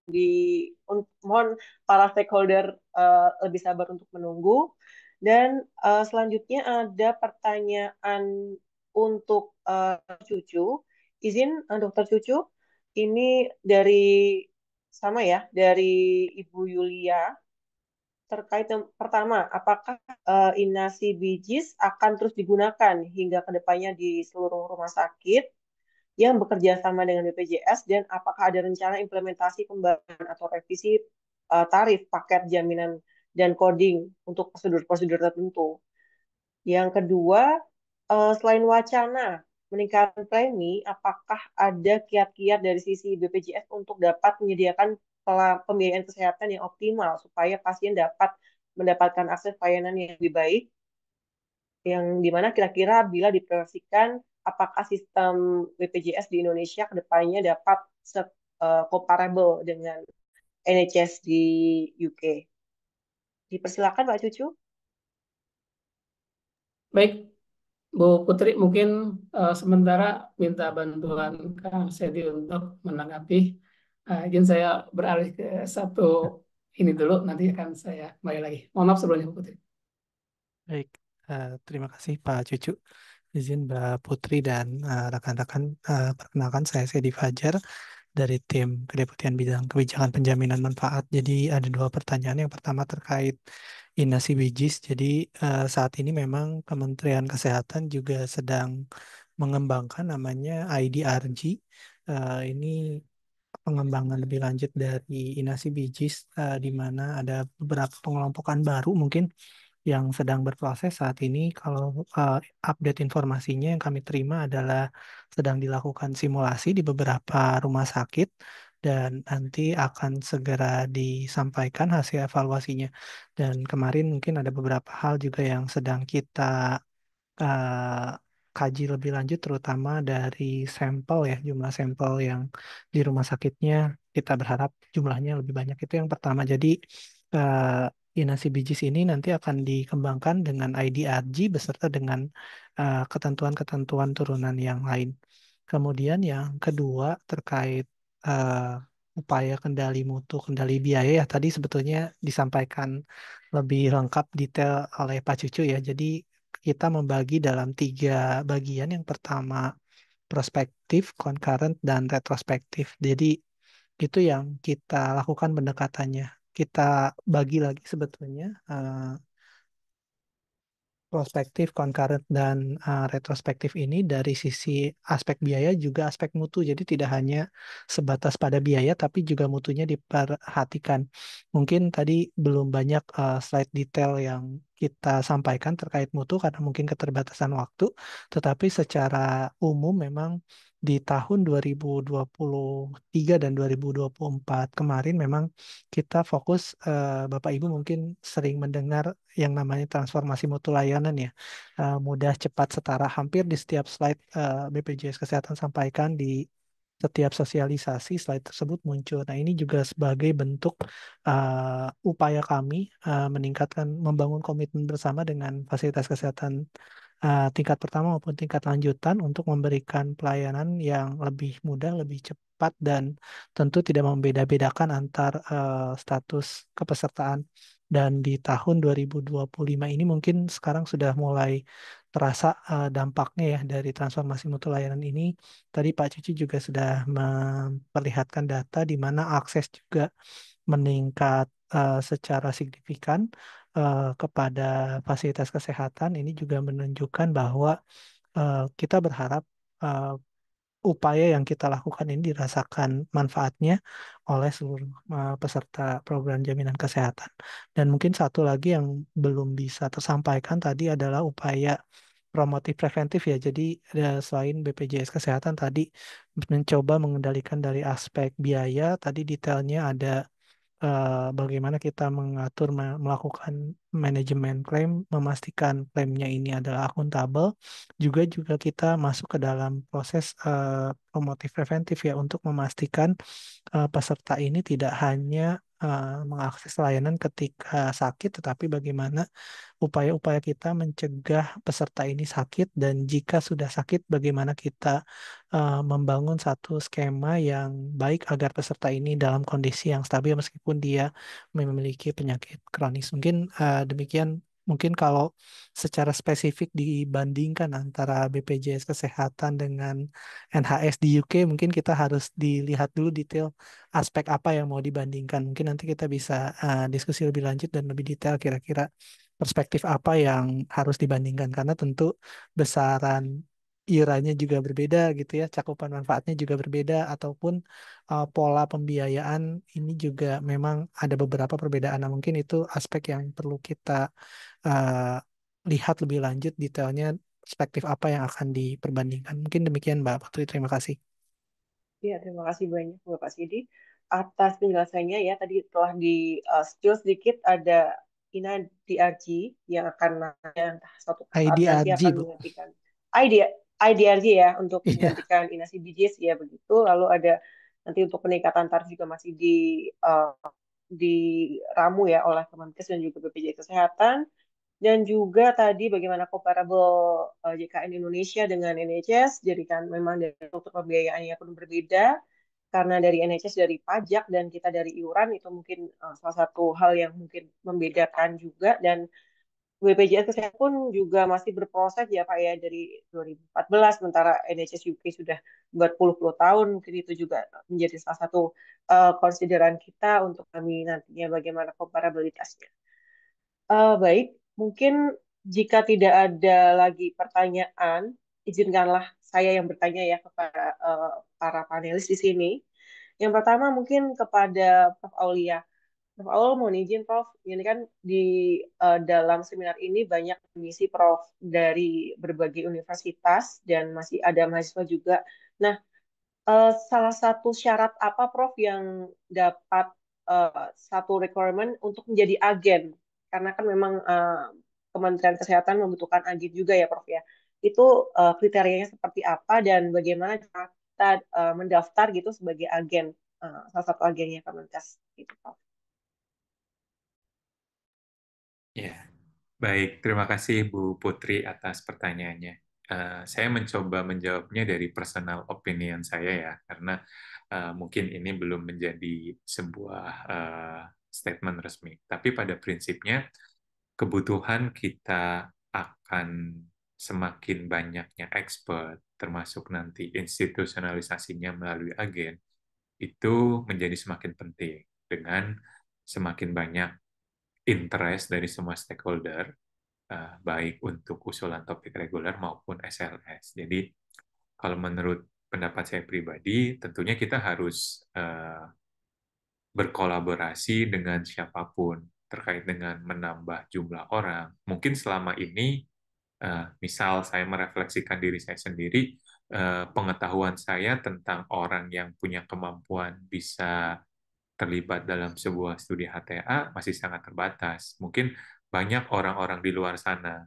Saya mungkin sejauh ini kenalnya hanya teman-teman UGM, teman-teman UI, atau teman-teman di beberapa institusi lainnya yang sudah terbiasa melakukan itu. Tapi saya yakin karena saya pernah melakukan searching ya, kalau kita kan peneliti bisa nge-track dari database publikasi ya. Ternyata banyak di luar sana yang selama ini kita tidak tahu. Jadi kalau menurut pendapat saya, siapapun yang bisa menjadi agen, ya kita bukan rely on institusinya ya, tapi lebih pada kita ingin menjaring sebanyak mungkin siapapun yang mempunyai kemampuan di situ, dan kita juga punya best practice. Ternyata tim sekretariat pun bisa mengakomodir ketika sebuah tim ternyata anggotanya harus dari institusi yang berbeda-beda. Jadi itu pun bisa kita jadikan best practice. Jadi dalam hal ini saya pribadi menyorotinya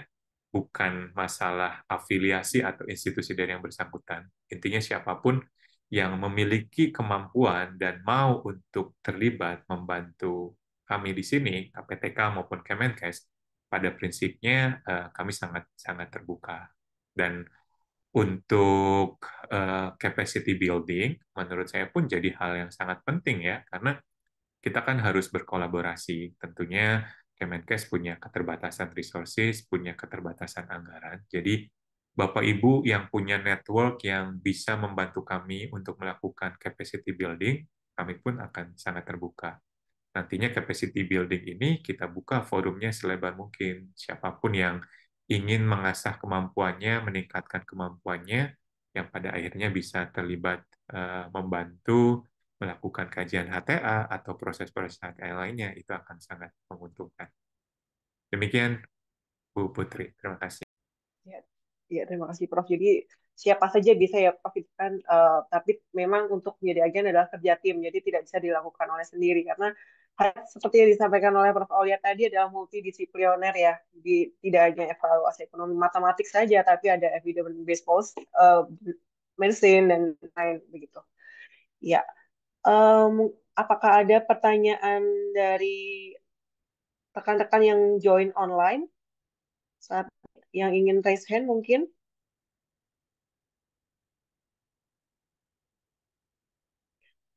Jika belum ada, izinkanlah kami dari panitia meminta closing statement dari masing-masing narasumber. Mungkin dari Prof. Aulia terlebih dahulu, lalu dilanjutkan oleh Pak Lupi dan nanti Dr. Sedi ya, nanti untuk closing statement agar nanti kita harus berkolaborasi bersama-sama untuk mendapatkan bagaimana sustainabilitas dari JKN melalui strategi health purchasing, salah satunya dari HTA seperti itu. Prof. Aulia, dipersilakan untuk closing statement-nya. Ya, baik. Ya, Bapak Ibu, kita masih dalam sebuah proses untuk selalu perbaikan proses bisnis HTA yang baru. Jadi, jika ada saran, feedback apapun untuk perbaikan proses bisnis HTA yang baru ini, kami sangat terbuka untuk mendapatkan saran, feedback, atau apapun. Hal yang lainnya juga kami sangat terbuka untuk berkolaborasi dengan siapapun, semua stakeholder, untuk bersama-sama memperbaiki proses bisnis HTA ini supaya lebih optimal dalam membantu Kementerian Kesehatan membuat sebuah keputusan yang berbasis evidence. Mungkin itu dari saya, Bu Putri. Baik, terima kasih. Selanjutnya, Pak Lupi dipersilakan. Ya, terima kasih Bu Putri. Terima kasih Prof. Aulia. Hanya ingin memberi sedikit highlight ya, bahwa seperti yang disampaikan tadi teman-teman dari Ketua Komite, kemudian dari BPJS juga, bahwa tujuan kita sama ya. Ini for the sake of Indonesian people semuanya. Kita menjamin kesehatan bagi seluruh rakyat Indonesia, ada 280 juta saat ini ya, lebih kurang. Jadi intinya proses HTA itu merupakan proses yang saintifik, masih dalam proses pengembangan menuju yang lebih optimal. Kami pun komunikasi, kerjasama, saling belajar, tidak hanya dengan kalangan akademisi, namun juga ke komunitas-komunitas lainnya, intelektualita, kemudian ke industri. Ya, peran-peran industri juga sangat peran memberikan insight di luar negeri maupun di dalam negeri untuk terkait dengan proses pengembangan HTA yang optimal. Intinya mohon bantuan dan kerjasamanya bersama-sama kita menjadikan proses HTA ini menjadi bahan rekomendasi yang mumpuni, evidence based kepada pimpinan yang nantinya akan dilanjutkan dengan berproses di tingkat yang lebih tinggi untuk menjamin kesehatan rakyat Indonesia. Itu aja, Bu Putri. Terima kasih. Baik, terima kasih. Selanjutnya, Dr. Sedi dari BPJS Kesehatan. Silakan.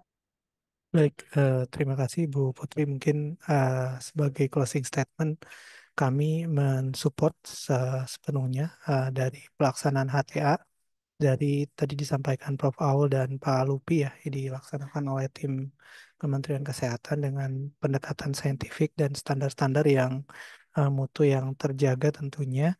Tentu dari perspektif BPJS Kesehatan kita juga ingin memastikan nanti bagaimana keberlangsungan program jaminan kesehatan ini dengan tadi ya poin penting dalam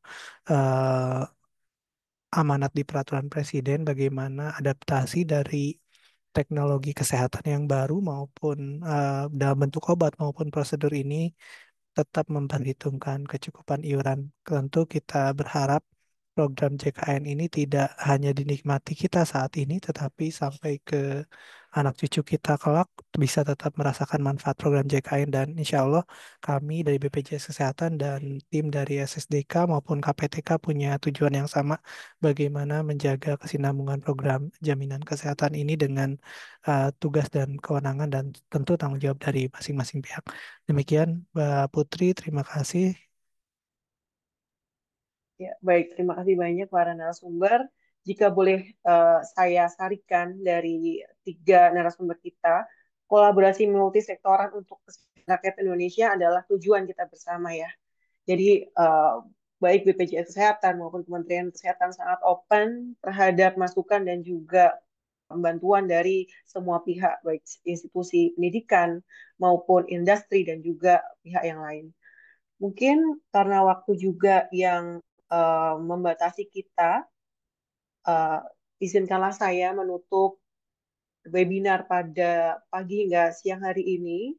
Terima kasih banyak kepada para sumber yang sangat inspiratif. Saya mewakili Ibu Diah dari Kepala Pusat Kebijakan Pembiayaan Manajemen Asuransi Kesehatan. Sangat berterima kasih dan mohon maaf apabila dalam memandu acara ini saya memiliki kekurangan dan kesalahan kata, mohon dimaafkan. Terima kasih banyak.